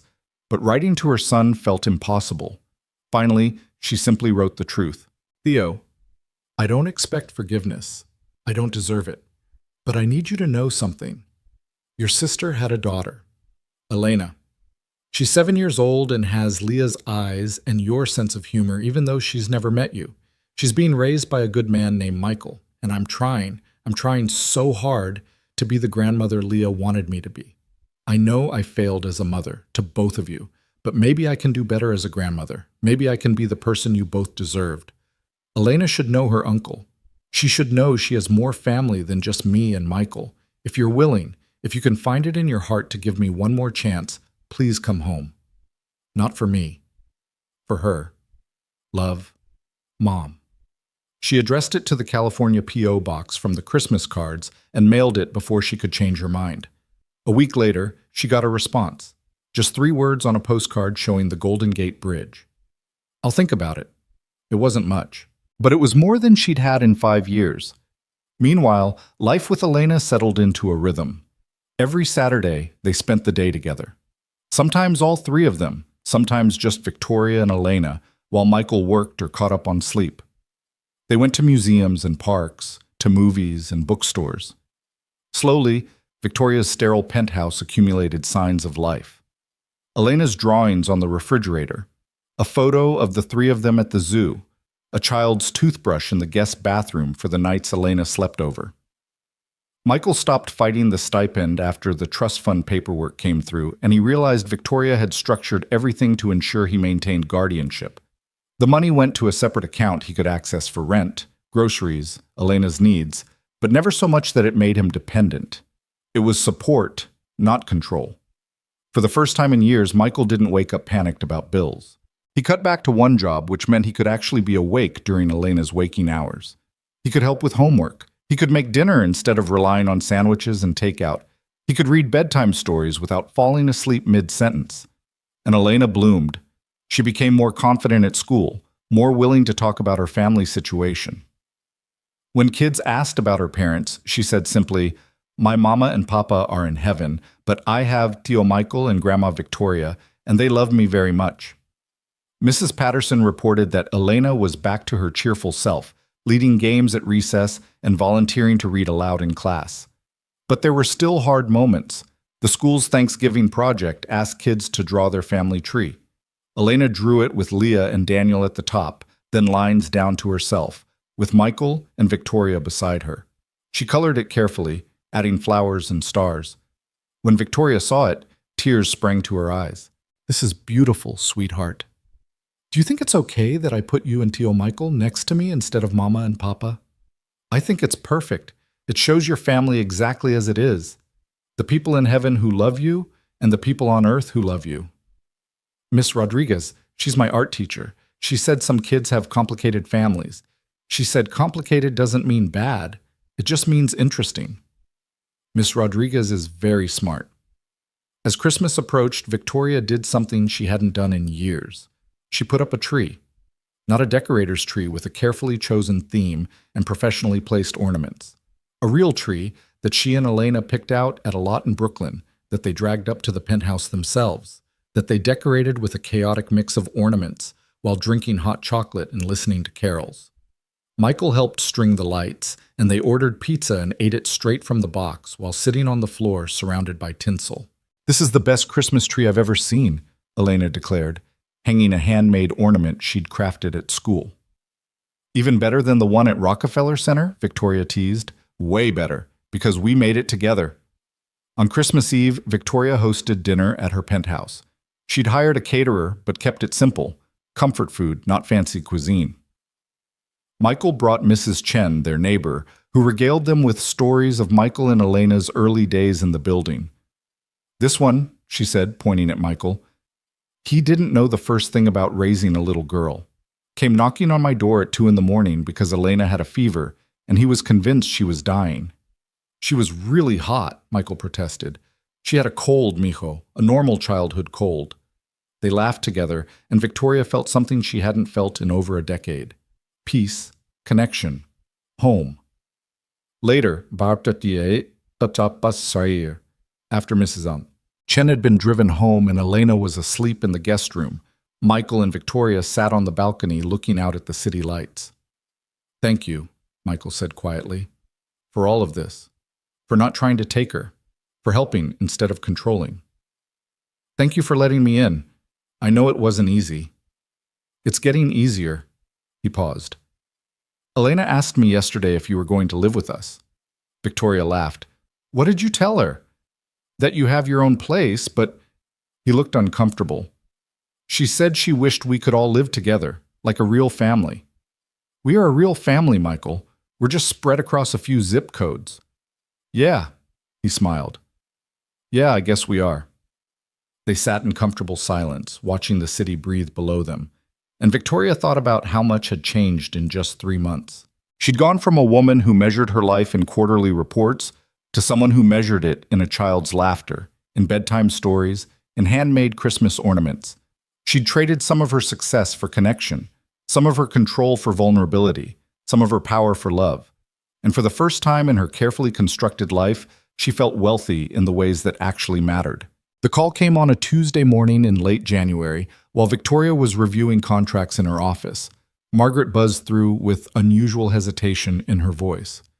"Mrs. Hale, there's a gentleman here to see you. He doesn't have an appointment, but he says he's your son." Victoria's pen clattered to the desk. "Send him in." She stood, smoothing her suit jacket with trembling hands, trying to prepare herself. But nothing could have prepared her for the man who walked through her office door. Theo had changed dramatically in 5 years. The angry 25-year-old she'd last seen at Leah's funeral had transformed into a lean, bearded man of 30 with cautious eyes and calloused hands. He wore jeans and a worn leather jacket, and he stood in the doorway like he was ready to bolt at any moment. "Hello, Mother," he said quietly. Victoria's throat constricted. "Theo, you came." "I got your letter. Actually, I got all your letters over the years. I just never responded." He shifted his weight. "Can I sit?" "Of course, please." Victoria gestured to the chair across from her desk, then thought better of it. "Actually, let's sit over here." She moved to the small seating area by the windows, away from the desk that represented everything that had come between them. They sat, an ocean of leather couch between them, and studied each other like strangers. "You look different," Victoria said finally. "Older, more settled." "I'm a carpenter now, in San Francisco. I have my own small business building custom furniture." He held up his hands, showing the calluses and scars. "Turns out I'm actually good at working with my hands." Victoria remembered her cruel words from 5 years ago. That he'd never amount to anything. That he was wasting his life. "Theo, Don't," he interrupted. "Not yet. I'm not ready for apologies. I came because of what you said about Leah having a daughter. I need to know if that's true or if it was just some manipulation to get me to contact you." The accusation hurt, but Victoria couldn't blame him. "It's true. Her name is Elena. She's 7 years old, and she looks so much like Leah it's almost painful." Theo's face crumpled slightly before he got control of it. "Tell me everything. How did you find out? Where has she been?" So Victoria told him about the cemetery, about Michael, about Daniel and Leah's hidden life, about the past 4 months of slowly building a relationship with the granddaughter she'd never known existed. Theo listened without interrupting, his expression cycling through shock, anger, grief, and something that might have been longing. "So our sister had a whole life we knew nothing about," he said when she finished. "She was in love, had a baby, and died trying to bring that baby home to meet you." "Yes." "And you were too busy to notice she was missing until the police showed up." "Yes." Theo stood and walked to the windows, staring out at Manhattan. "I was angry at you for so long, blamed you for everything, but the truth is, I was just as absent. Leah tried to call me too, those last few months, left voicemails I never returned because I was too wrapped up in my own drama, my failing art career, my terrible relationship, my general quarter-life crisis. You were young. You didn't have the same responsibilities I did." "No, but I had the same selfishness." He turned back to face her. "We both failed her, Mother. In different ways, but we both failed." The acknowledgement sat between them, heavy and true. "I'd like to meet her," Theo said. "Elena, if that's allowed, if Michael's okay with it." "I'll ask. But Theo, you should know she's been through a lot. Loss, instability, kids being cruel about her family situation. She's resilient, but she's also vulnerable. If you're going to be in her life, you need to stay. You can't appear and then disappear again when things get difficult. Like I did with you? Like we both did with each other. Theo nodded slowly. I'm not the same person I was 5 years ago, Mother. San Francisco changed me. Therapy changed me. Building things with my hands instead of trying to create pretentious art changed me. I'm not saying I'm perfect now, but I'm more stable, more reliable. Then I'd like you to come to dinner this Saturday. Meet Elena and Michael. See what we're trying to build here. We? Theo's eyebrows rose. You and this Michael guy? No, not like that. We're co-parenting, essentially. He's Elena's legal guardian, and I'm her grandmother. We're figuring it out as we go. That must be killing you, not being in control. Victoria smiled ruefully. It was at first, but I'm learning that some things are more important than control. Theo studied her for a long moment. You're different too. Softer, somehow. Elena has that effect on people. Saturday arrived with a winter storm that blanketed the city in snow. Victoria had offered to host at her penthouse, but Michael insisted they should meet on his turf. Theo needs to see where Elena actually lives, needs to understand who we are before he decides if he wants to be part of this.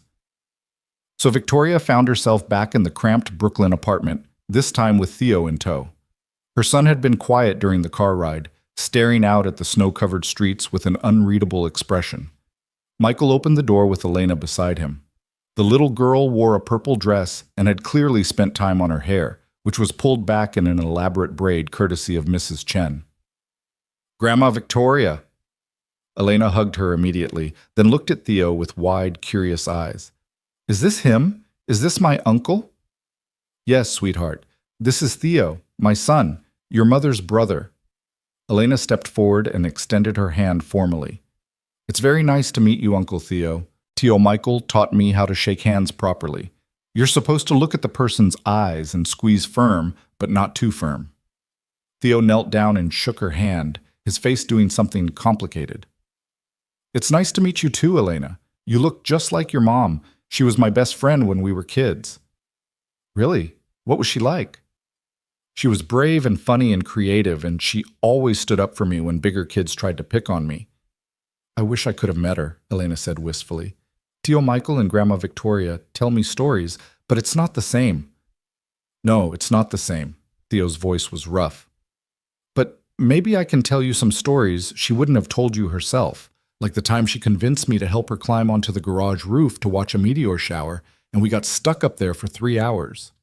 Elena giggled. You got stuck? How? We were so busy watching shooting stars we didn't realize the ladder fell over. Your grandmother found us at 2 a.m, sitting on the roof eating the snacks we'd brought up, waiting for someone to rescue us. Was she mad? Furious, Theo said, glancing at Victoria. But after she stopped yelling, she climbed up with us and watched the meteors for a while. It was one of the best nights of my childhood. Victoria remembered that night. She'd been terrified when she realized her children were on the roof, then angry that they'd been so reckless, then charmed. Enchanted by their wonder, their closeness, the way Leah had insisted Theo sit between them so he wouldn't be scared of the height. When had she stopped having nights like that? When had she traded wonder for worry, joy for judgment? Michael had prepared lunch, his famous rice and beans, along with roast chicken and fresh bread. They crowded around the small table, elbows bumping, and shared a meal that was simple but perfect. So you build furniture? Michael asked Theo, making conversation. What kind? Custom pieces mostly, tables, chairs, cabinets. I specialize in reclaimed wood, taking old, discarded materials and turning them into something beautiful and functional. That's what Daniel did, Michael said softly. He was a carpenter too. He believed in making things that would last, things with meaning and purpose. I would have liked to meet him, Theo said. Sounds like he was a good man. The best. Michael looked at Elena, who was carefully arranging rice and beans in patterns on her plate. He loved your mama so much, mija. He would have loved you too. I know, Elena said simply, because love doesn't stop just because someone goes to heaven. That's what Mrs. Chen says. Love keeps going and going, even after. After lunch, while Michael and Victoria cleaned up, Theo and Elena sat on the couch looking through photo albums. Victoria watched from the kitchen as her son pointed out pictures of Leah at various ages, telling stories that made Elena laugh or gasp with delight. "He's good with her," Michael murmured, drying a dish. "He always wanted to be a father. Even when he was young, he'd talk about having kids someday, teaching them things, showing them the world." "What happened between you two? If you don't mind me asking." Victoria was quiet for a moment, carefully washing a pot.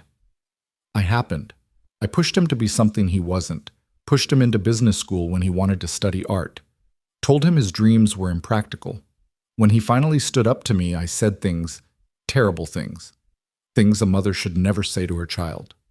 And at Leah's funeral, he blamed me for her death.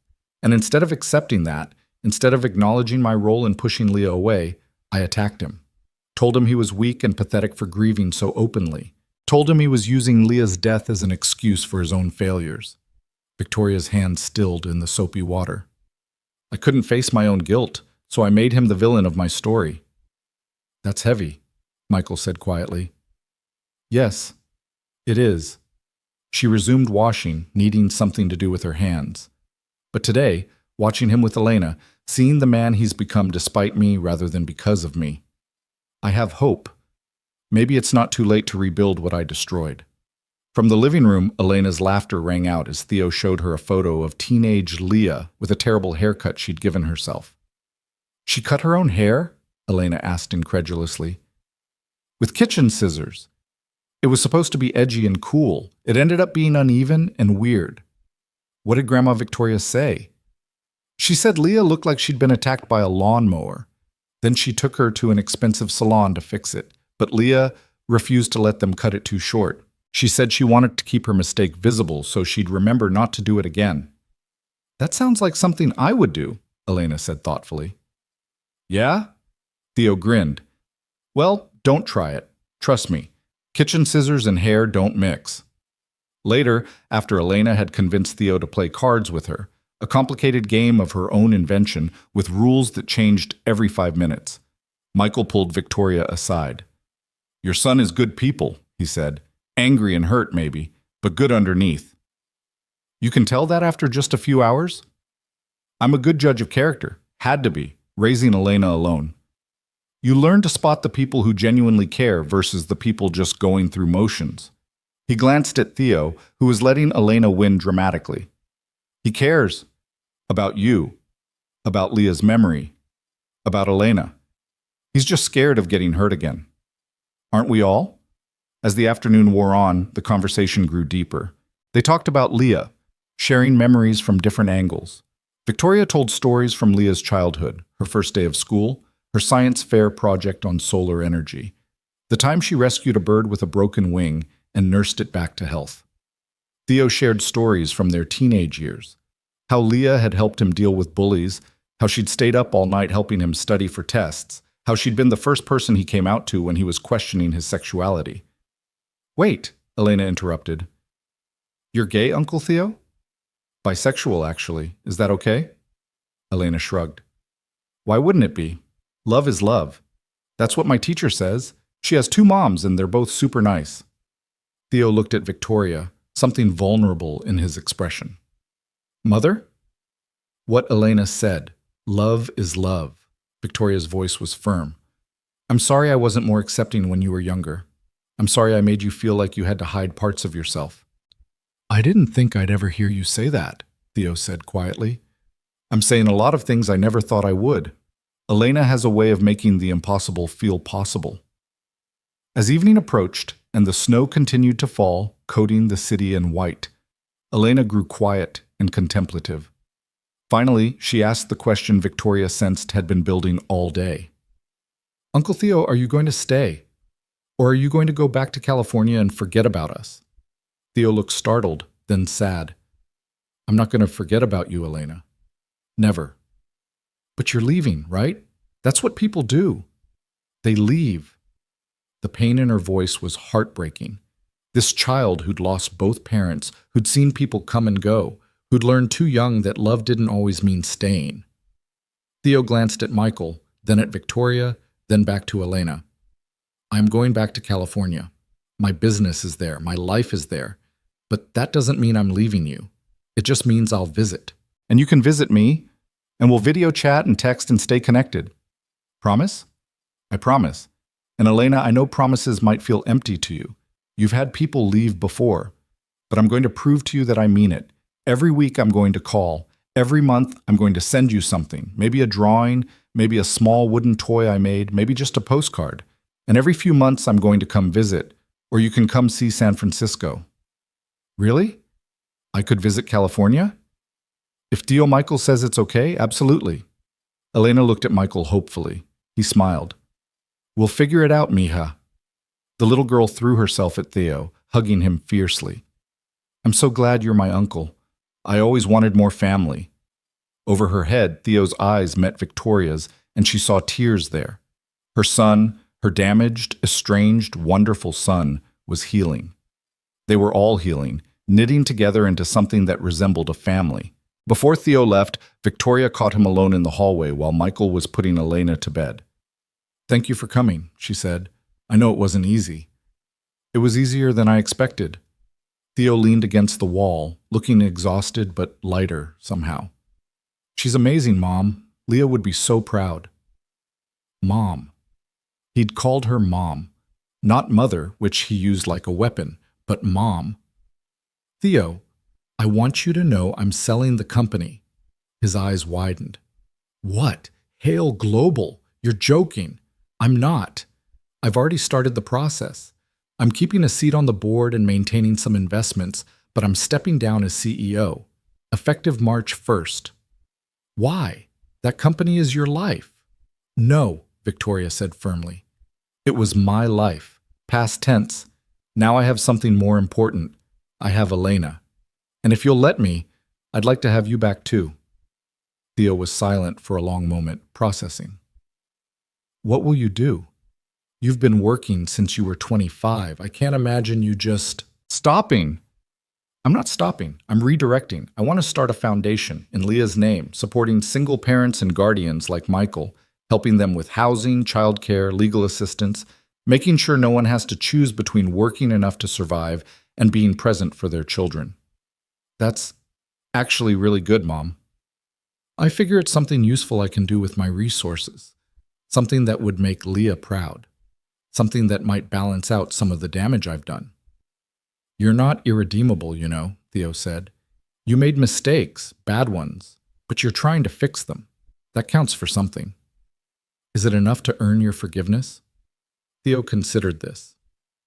Ask me in a year, after I've seen if you can maintain this change, if you can be the grandmother Elena needs and maybe, eventually, the mother I needed back then. It wasn't absolution, but it was a door left open. Victoria would take it. Over the next several weeks, Victoria's life transformed completely. She went into the office less and less, delegating more to her successor, focusing on the foundation plans. She spent her freed-up time with Elena, helping with homework, attending school events, teaching her about business and finance in child-appropriate ways. Michael's new job came through, a facilities manager position at a nonprofit that paid actual salary with benefits. The relief on his face when he told them was profound. No more cobbling together multiple part-time gigs, no more overnight shifts that left him exhausted. Actual stability.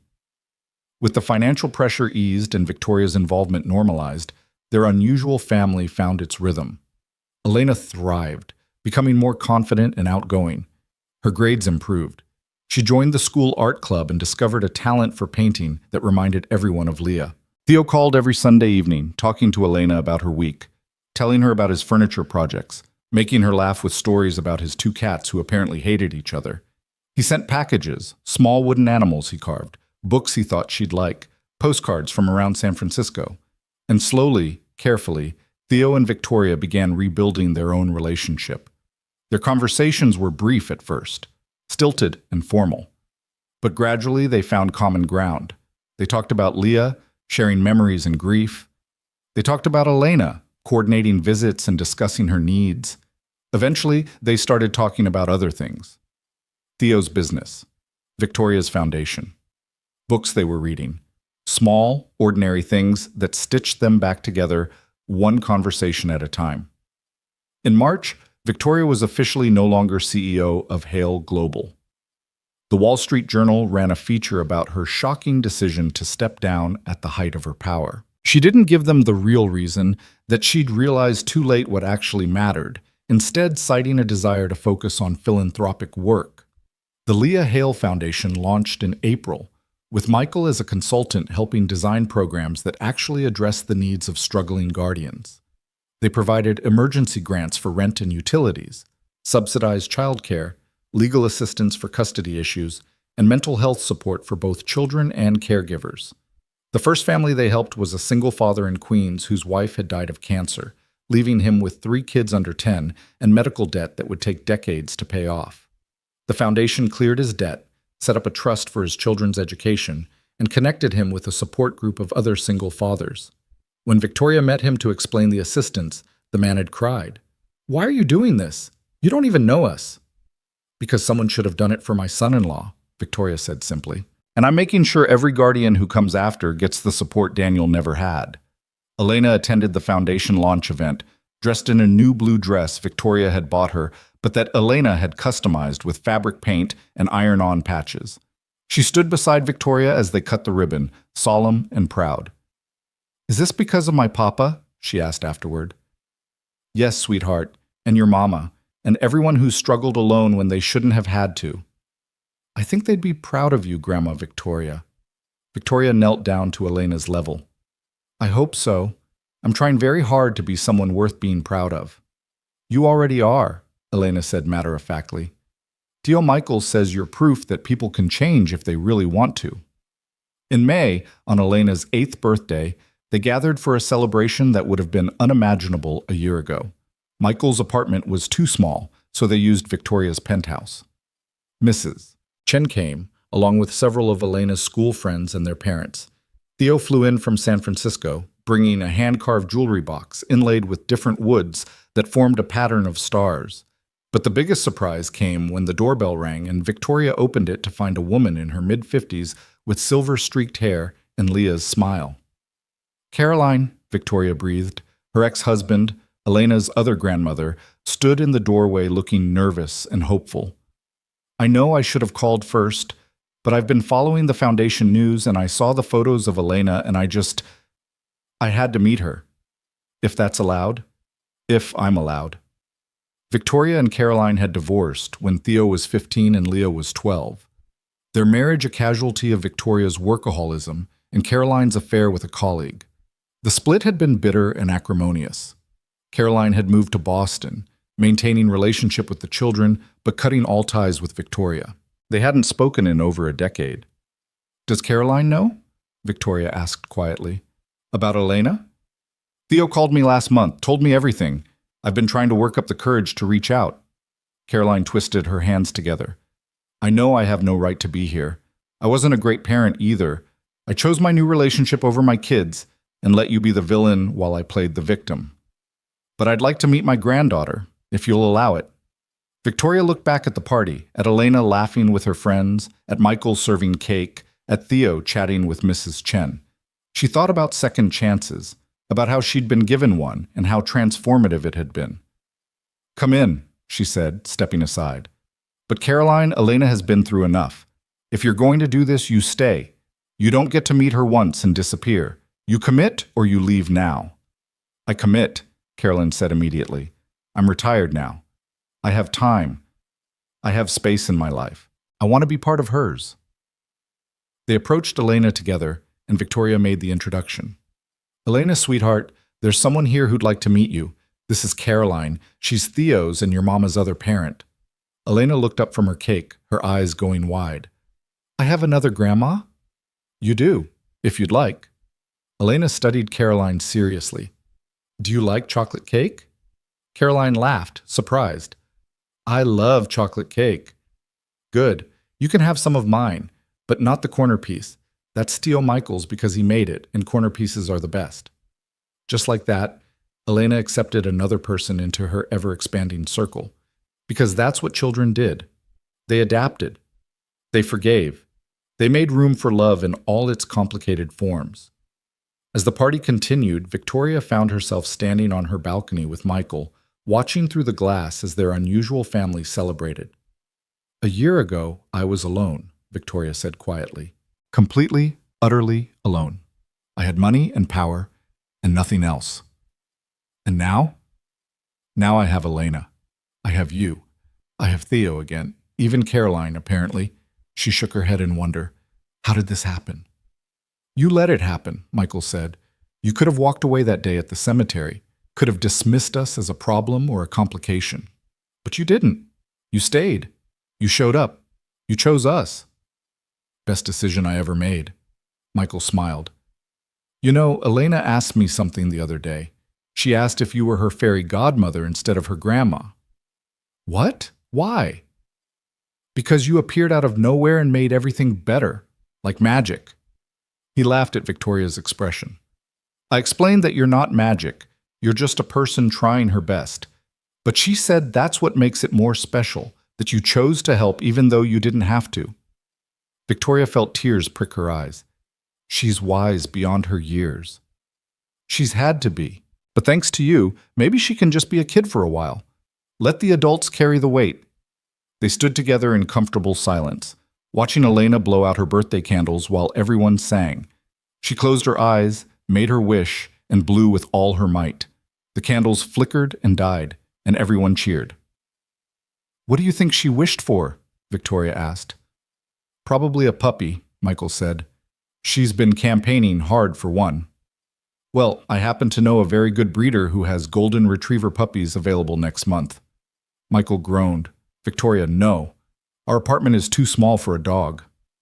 "Good thing the foundation has a housing assistance program. I'm sure we could find you something with a little more space, maybe even a small yard."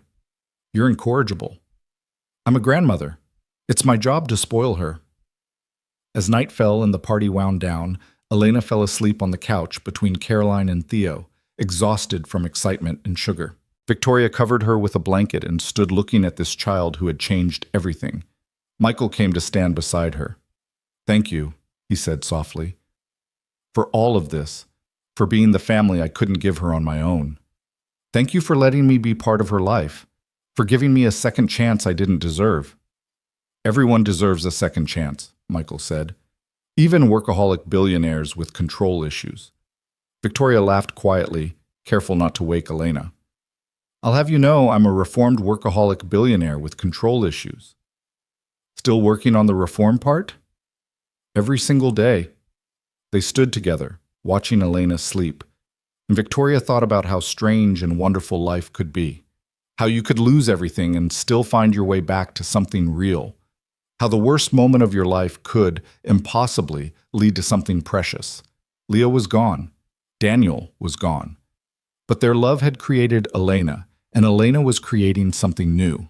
A family built not on blood alone, but on choice, on effort, on showing up day after day and choosing each other. It wasn't the family Victoria had imagined. It was better. The puppy arrived on a humid June morning, all golden fur and oversized paws and enthusiasm that couldn't be contained. Elena named her Sunny, and within hours the dog had claimed every heart in their newly expanded family. Michael had protested the move to a larger apartment, insisting he could manage the rent on his own, now with his better job.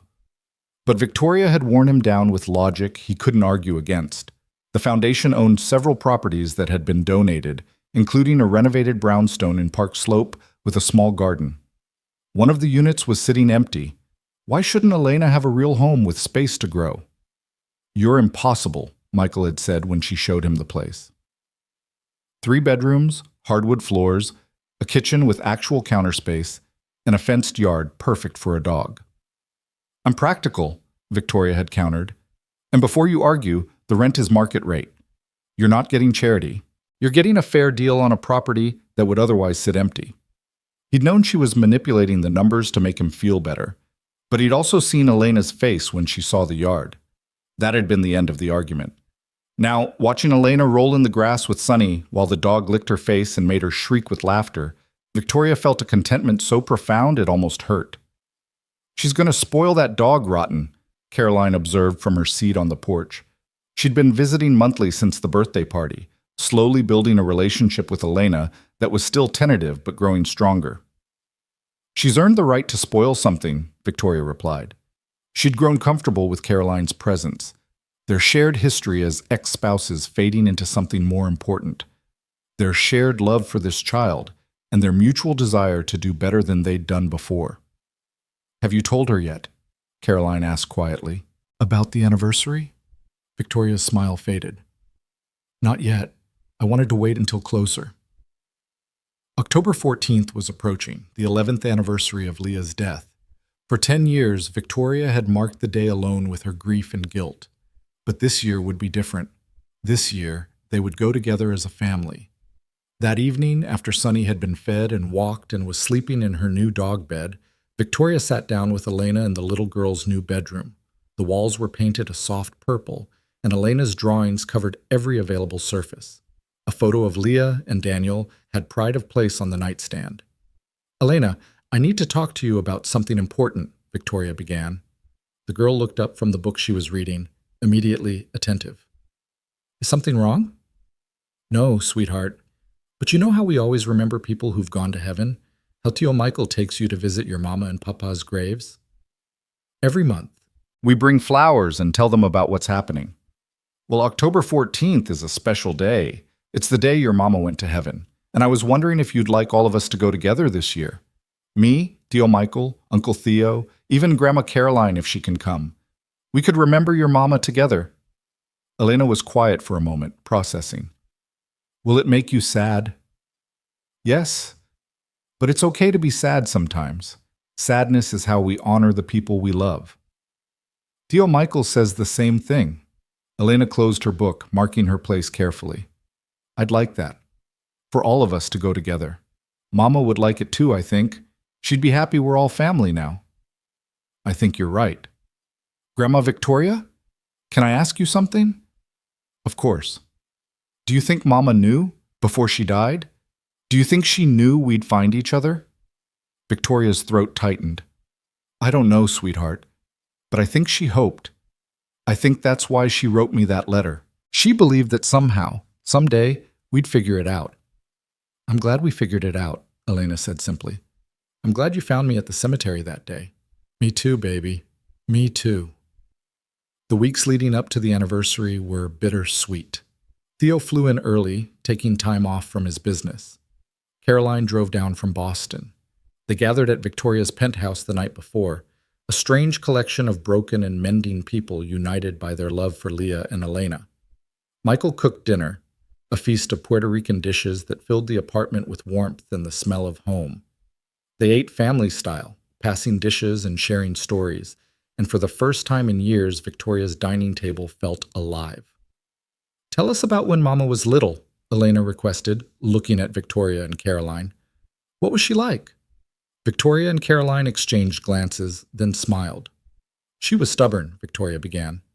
Impossibly stubborn, Caroline agreed. From the moment she could walk, she had opinions about everything.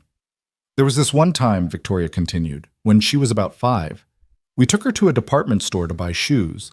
The salesperson brought out these practical, sensible Mary Janes, but Leah spotted a pair of red cowboy boots and decided those were the only shoes she would ever wear.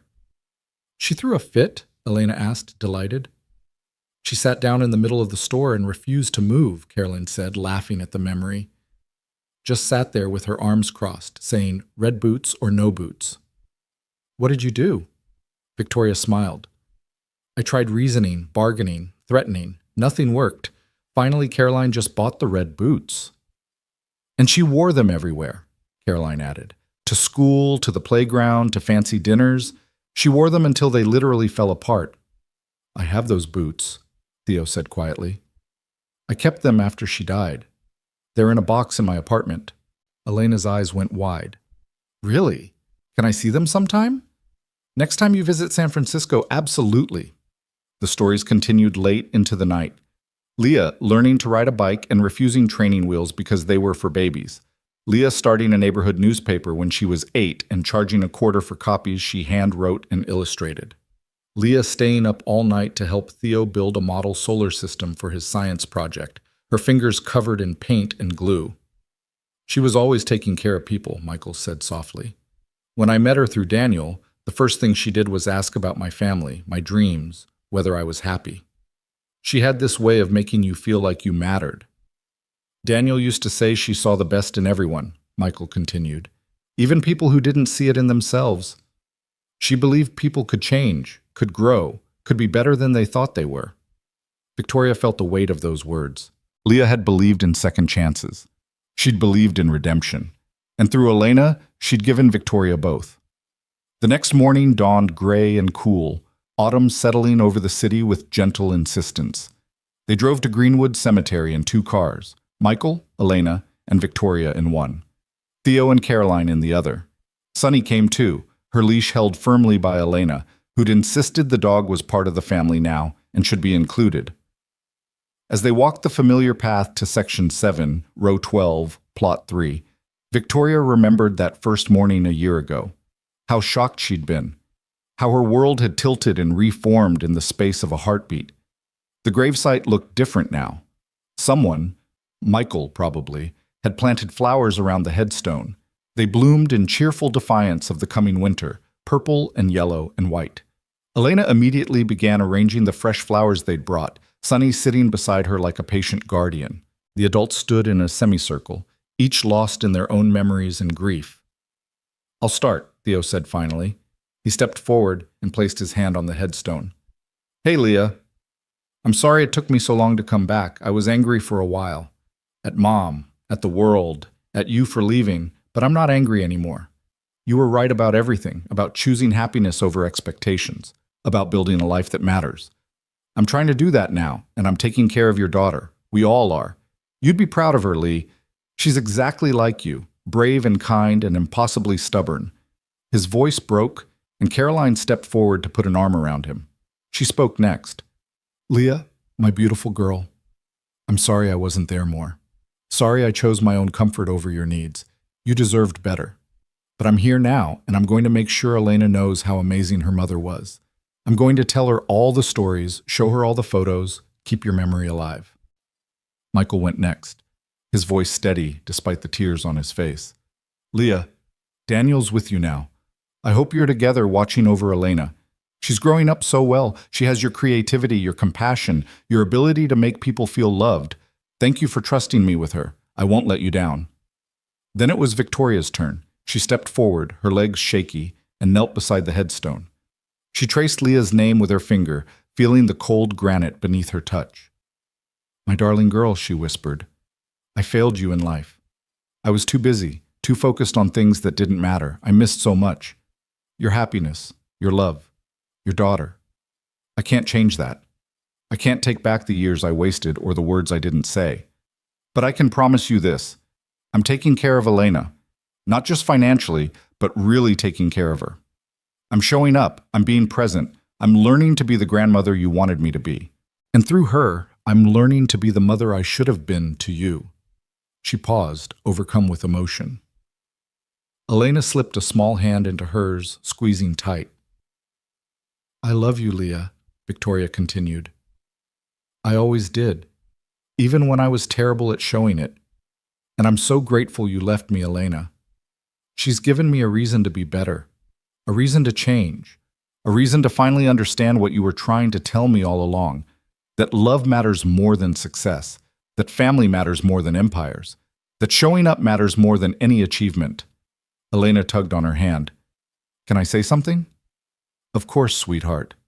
The little girl stepped forward, Sunny beside her, and looked at her mother's headstone with the serious expression she got when something was important. "Hi, Mama. It's me, Elena. I'm 8 now, almost 8.5. I'm in 3rd grade and I have lots of friends, and I got an A on my book report about Charlotte's Web. That was your favorite book too," Grandma Victoria said. She paused, collecting her thoughts. "I don't remember you very much. Sometimes I think I do, but Theo Michael says those might be dreams mixed up with photos. But that's okay, because everyone tells me about you.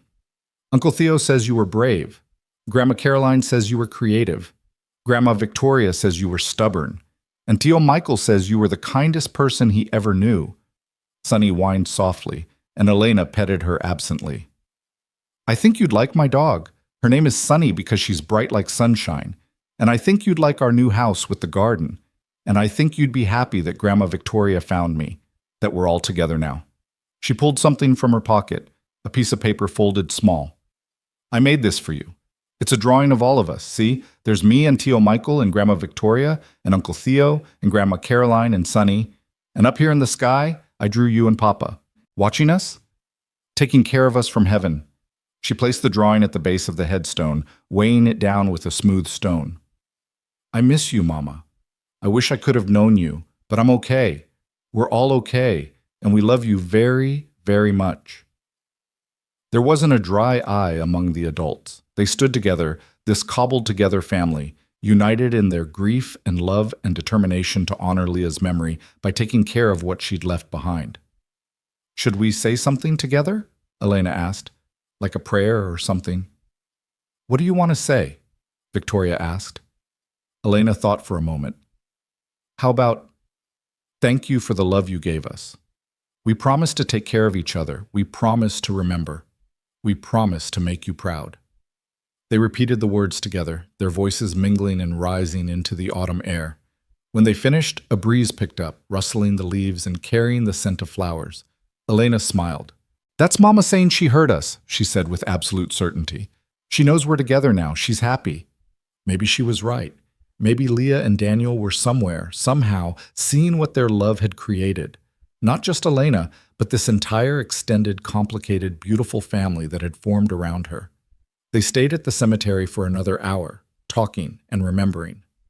Theo and Michael discovered they both loved woodworking and spent 20 minutes discussing techniques and tools. Caroline and Victoria found themselves laughing over a memory of Leah's disastrous attempt to bake cookies for a school fundraiser.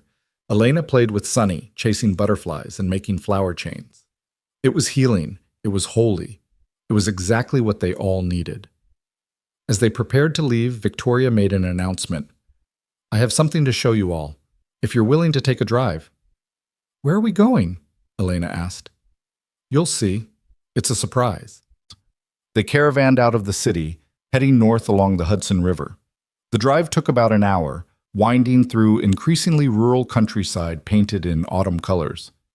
Finally, Victoria turned onto a private road lined with oak trees. At the end of the road sat a house. Not a mansion, though it was certainly large. Not a showplace, though it was beautiful. A real house. Stone and wood and glass, nestled into the hillside with views of the river and mountains beyond. It had a wraparound porch and a stone patio and gardens that looked like they'd been there forever. What is this place? Michael asked as they climbed out of the cars. It's ours, Victoria said simply. I bought it 3 months ago. It belonged to an artist who died and whose children wanted to sell quickly. I've been having it renovated. She led them up the front steps and opened the door.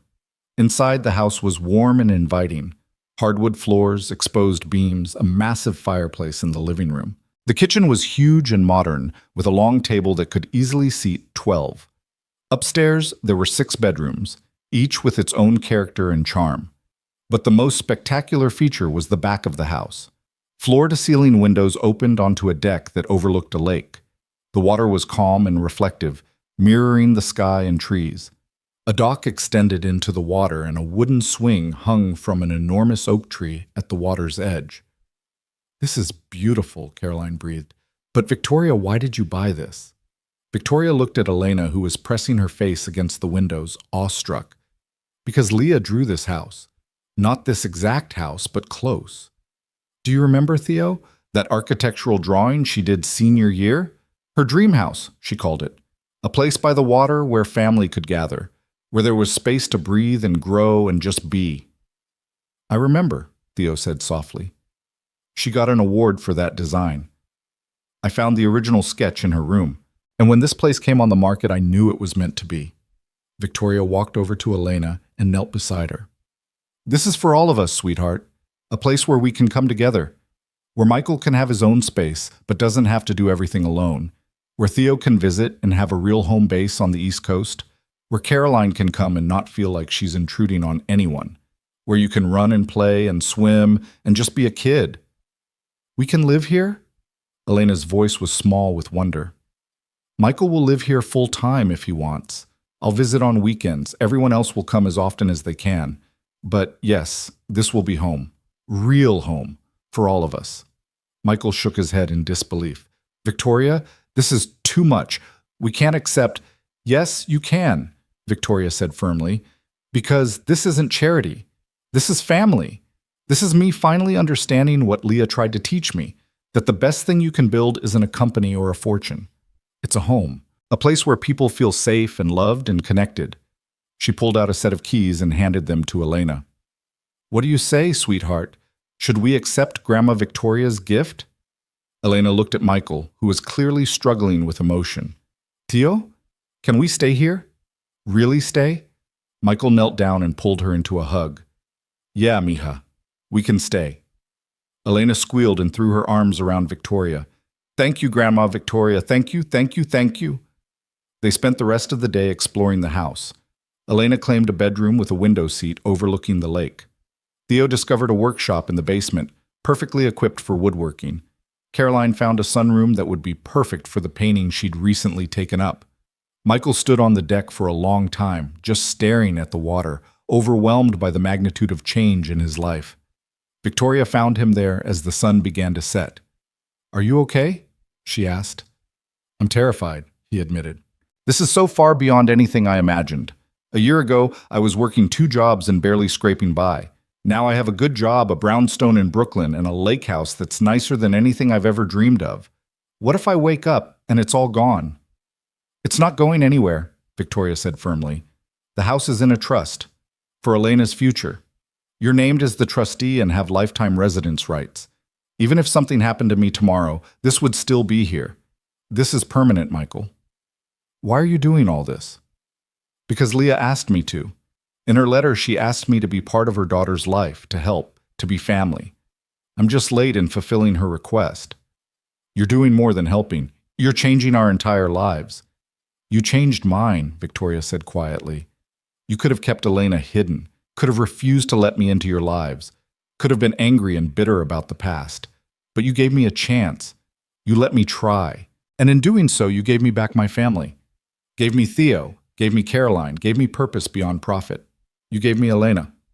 Michael was quiet for a moment. Daniel would have liked you, eventually, after he got over being intimidated. I wish I could have met him. Could have told him thank you for loving my daughter, for giving her the happiness I never could. You're giving his daughter everything he wanted for her, security, family, opportunities. He'd be grateful. Inside, they could hear Elena laughing as Theo chased her with Sonny barking excitedly. Caroline was in the kitchen making hot chocolate, humming something soft and melodic. This is what Leah wanted, Victoria said. All of us together, taking care of each other. Yeah, Michael agreed. This is exactly what she wanted. The next few months passed in a blur of change and adjustment. Michael officially moved into the lake house in November, with Elena starting at a new school nearby. It was harder than expected, new friends to make, new routines to establish. But Elena adapted with the resilience Victoria had come to expect from her. Victoria split her time between her penthouse for foundation work and the lake house on weekends. She found herself looking forward to Friday afternoons with an anticipation she'd never felt for any business meeting. The drive upstate became a meditation, a transition from CEO mode to grandmother mode. Theo visited for Thanksgiving and stayed through Christmas, working from the workshop Michael had helped him set up. He started taking commissions for custom furniture, pieces that married his California aesthetic with East Coast sensibility. One of his tables sold for $15,000 to a collector in Manhattan, and he called Victoria, stunned. I'm actually making a living at this, he said, a real living, doing what I love. I'm proud of you, Victoria told him. Leah would be too. Caroline came for Christmas week, and they had their first family holiday in over a decade. The house filled with the smell of cooking, with laughter and music, and the sound of Elena practicing carols on the piano Victoria had installed in the music room. On Christmas morning, Elena insisted they video call Mrs. Chen so she could see all the presents. The elderly woman teared up at the sight of Elena in her new home, surrounded by family. You did good, Michael, Mrs. Chen said. You did real good. The foundation flourished beyond Victoria's expectations. By the end of the year, they'd helped over 100 families, providing everything from emergency rent assistance to counseling services to educational support. Michael had become the face of the foundation in many ways, his story resonating with other struggling guardians. He did interviews, spoke at fundraisers, helped design programs based on his own experience. Watching him blossom into this confident, articulate advocate, Victoria felt a pride that rivaled anything she'd felt in her corporate career. "You're a natural at this," she told him after a particularly moving speech to potential donors. "I'm just telling the truth about how hard it is, about how much difference support makes, about how families come in all shapes and sizes." He smiled.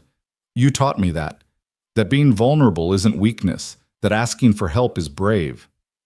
You taught me something too, that love is a verb, that showing up is more important than showing off, that the best investment you can make is in people."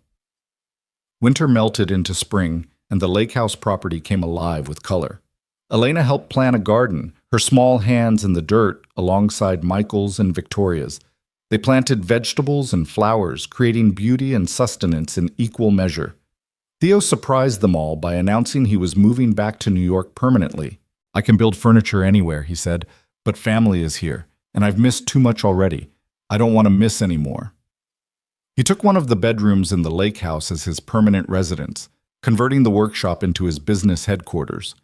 Within weeks, he had a waiting list of clients wanting his pieces. Caroline visited monthly, her relationship with Elena growing deeper each time. She taught Elena to paint, passing on the artistic talent that had skipped Victoria but bloomed in Leah. They spent hours in the sunroom together, Elena working on her colorful, imaginative pieces, while Caroline created her own work beside her. "I'm trying to make up for lost time," Caroline confessed to Victoria one evening. "With Elena, with Theo, with you, even." "We all are," Victoria said. "That's what second chances are for." In April, on what would have been Leah's 34th birthday, they released balloons at the lake. Elena had written messages on each one, wishes and memories and expressions of love. They watched the balloons rise into the spring sky, carrying their words to wherever Leah was. "Do you think she can read them?" Elena asked. "I think she knows what's in our hearts," Victoria said. And that's enough. May brought Elena's 9th birthday, and with it, a party that filled the lake house with children and chaos and joy. Elena had real friends now, kids who knew about her past but didn't define her by it. They swam in the lake, played with Sunny, ate cake until they were sick, and made memories that would last. Watching Elena blow out her candles, Victoria thought about how much had changed in 2 years. How a chance encounter at a cemetery had completely redirected her life. How choosing to stay instead of walking away had given her everything she'd never known she was missing. Summer settled over the property like a blessing. They established new traditions. Friday night dinners where everyone cooked together. Saturday morning swims in the lake. Sunday afternoon game sessions that grew competitive and loud. The house that had seemed too big at first now felt perfectly sized for their expanding family. Dr. Chen closed Elena's case in June, citing a stable, loving home environment with extensive family support. Michael cried when he got the call, overwhelmed with relief that the threat of losing Elena was finally, truly over. "We did it," he told Victoria. "We actually did it." "You did it," she corrected. "I just helped. We did it together. All of us. That's what family means." In July, Victoria made a decision she'd been considering for months. She called a family meeting, gathering everyone in the living room on a hot Sunday afternoon. "I have an announcement," she said once they were all settled. "I'm dissolving my involvement with Hale Global completely, selling my remaining shares and stepping down from the board. The foundation is enough. This family is enough. I don't need anything else." "Are you sure?" Theo asked. "That company was your life for 40 years. "It was my life," Victoria agreed. "Past tense. Now I have a better life. Now I have all of you." Elena jumped up and hugged her. "Does this mean you'll be here more? All the time?" "Yes, sweetheart. All the time. This is my home now." Michael looked at Victoria seriously. "You know, this means you'll have to learn to cook actual meals, right? I can't do all the cooking forever." "I'll learn," Victoria promised. "I've learned plenty of other new things. Why not cooking?" Caroline laughed. "This I have to see. Victoria Hale in an apron." "Mock me all you want," Victoria said with dignity. "I'll have you know I successfully made scrambled eggs last week without burning them." "Progress," Theo deadpanned. "Definitely progress." They laughed together, this mismatched, broken, beautifully healing family, and Victoria felt a happiness so complete it took her breath away. As summer faded into autumn and they approached the second anniversary of that first meeting at the cemetery, Victoria began planning something special. She worked in secret with Michael and Theo, preparing a surprise for Elena. On October 14th, they gathered at the cemetery again, but this time they came prepared. They'd arranged with the cemetery to plant an oak tree near Leah's grave, a living memorial that would grow and endure. At the base of the tree, they placed a bench with a plaque that read, "In memory of Leah Hale and Daniel Ruiz, beloved parents, their love lives on." Elena helped plant the tree, her small hands patting the soil carefully. "Now Mama and Papa have a tree," she said softly, "like the one at our house, so they can watch over everyone who visits." After the ceremony, they didn't linger in sadness. Instead, they drove back to the lake house and spent the afternoon celebrating life. They cooked together, ate together, laughed together. They looked through photo albums, telling stories of Leah and Daniel, keeping their memories alive and vibrant. As evening fell, they gathered on the deck overlooking the lake. Elena sat on Victoria's lap, drowsy and content, with Sunny's head on her feet. Michael and Theo were discussing a joint project, a custom bookshelf for Elena's room with hidden compartments for treasures. Caroline was sketching the sunset, trying to capture the exact colors of the sky. "Grandma Victoria," Elena said sleepily, "are you happy?" The question was simple but profound. Was she happy? Victoria Hale, who'd spent 40 years chasing success and power and achievement, who'd sacrificed everything for her career, who'd lost her daughter because she'd been too busy to listen? "Yes, baby," she said, pulling Elena closer. "I'm happier than I've ever been." "Me too," Elena murmured. "I wish Mama and Papa were here, but I'm really, really happy." "They are here," Victoria said, "in you, in all of us. In every moment we choose love over everything else." Elena nodded, her eyes drifting closed. "That's what Mama would have wanted, for us to choose love." "Yes," Victoria whispered, "that's exactly what she would have wanted." She looked around at her family, Michael laughing at something Theo said, Caroline adding final touches to her sketch, Sunny twitching in her sleep, Elena breathing softly against her chest. This was what mattered. This was what lasted. Not corporate empires or stock portfolios or awards and accolades. This. Just this. The sky blazed with color as the sun set over the lake, painting everything in shades of gold and rose. Victoria closed her eyes and sent a silent thank you to Leah. "Thank you for not giving up on me. Thank you for leaving me, Elena. Thank you for teaching me, even in death, what I failed to learn in life. That love was the only thing worth building. That family was the only empire that mattered. That showing up was the greatest achievement of all." The breeze picked up, carrying the scent of water and earth and the last flowers of summer. Somewhere, somehow, Victoria felt certain that Leah and Daniel were smiling. Their daughter was loved. Their families were healed. Their legacy lived on. And in the gathering twilight, surrounded by the people who mattered most, Victoria Hale finally understood what it meant to be wealthy. Not in money or power, but in the things that actually counted. In second chances. In forgiveness. In the daily choice to show up and be present and love without reservation. She'd lost years. She'd made terrible mistakes. She'd failed in ways that couldn't be undone. But she'd also been given the rarest of gifts, a chance to try again. A chance to be better. A chance to finally get it right. Elena stirred in her arms, murmuring something in her sleep. Victoria held her closer, this precious child who'd saved her in ways the little girl would never fully understand. This living proof that even the worst mistakes could lead to redemption if you were brave enough to face them. "I love you," Victoria whispered, kissing the top of Elena's head. "I love all of you." And as the stars began to appear in the darkening sky, reflected perfectly in the still water of the lake, Victoria Hale knew with absolute certainty that she had finally built something that would last. Not a company that would eventually be sold or dismantled, but a family that would endure. A love that would outlive them all. Leah's dream had come true. Not the way anyone had expected, not through the path anyone had planned, but beautifully and completely nonetheless. They were together. They were healing. They were home. And that, Victoria thought, as she watched the first stars appear, was the greatest success of all.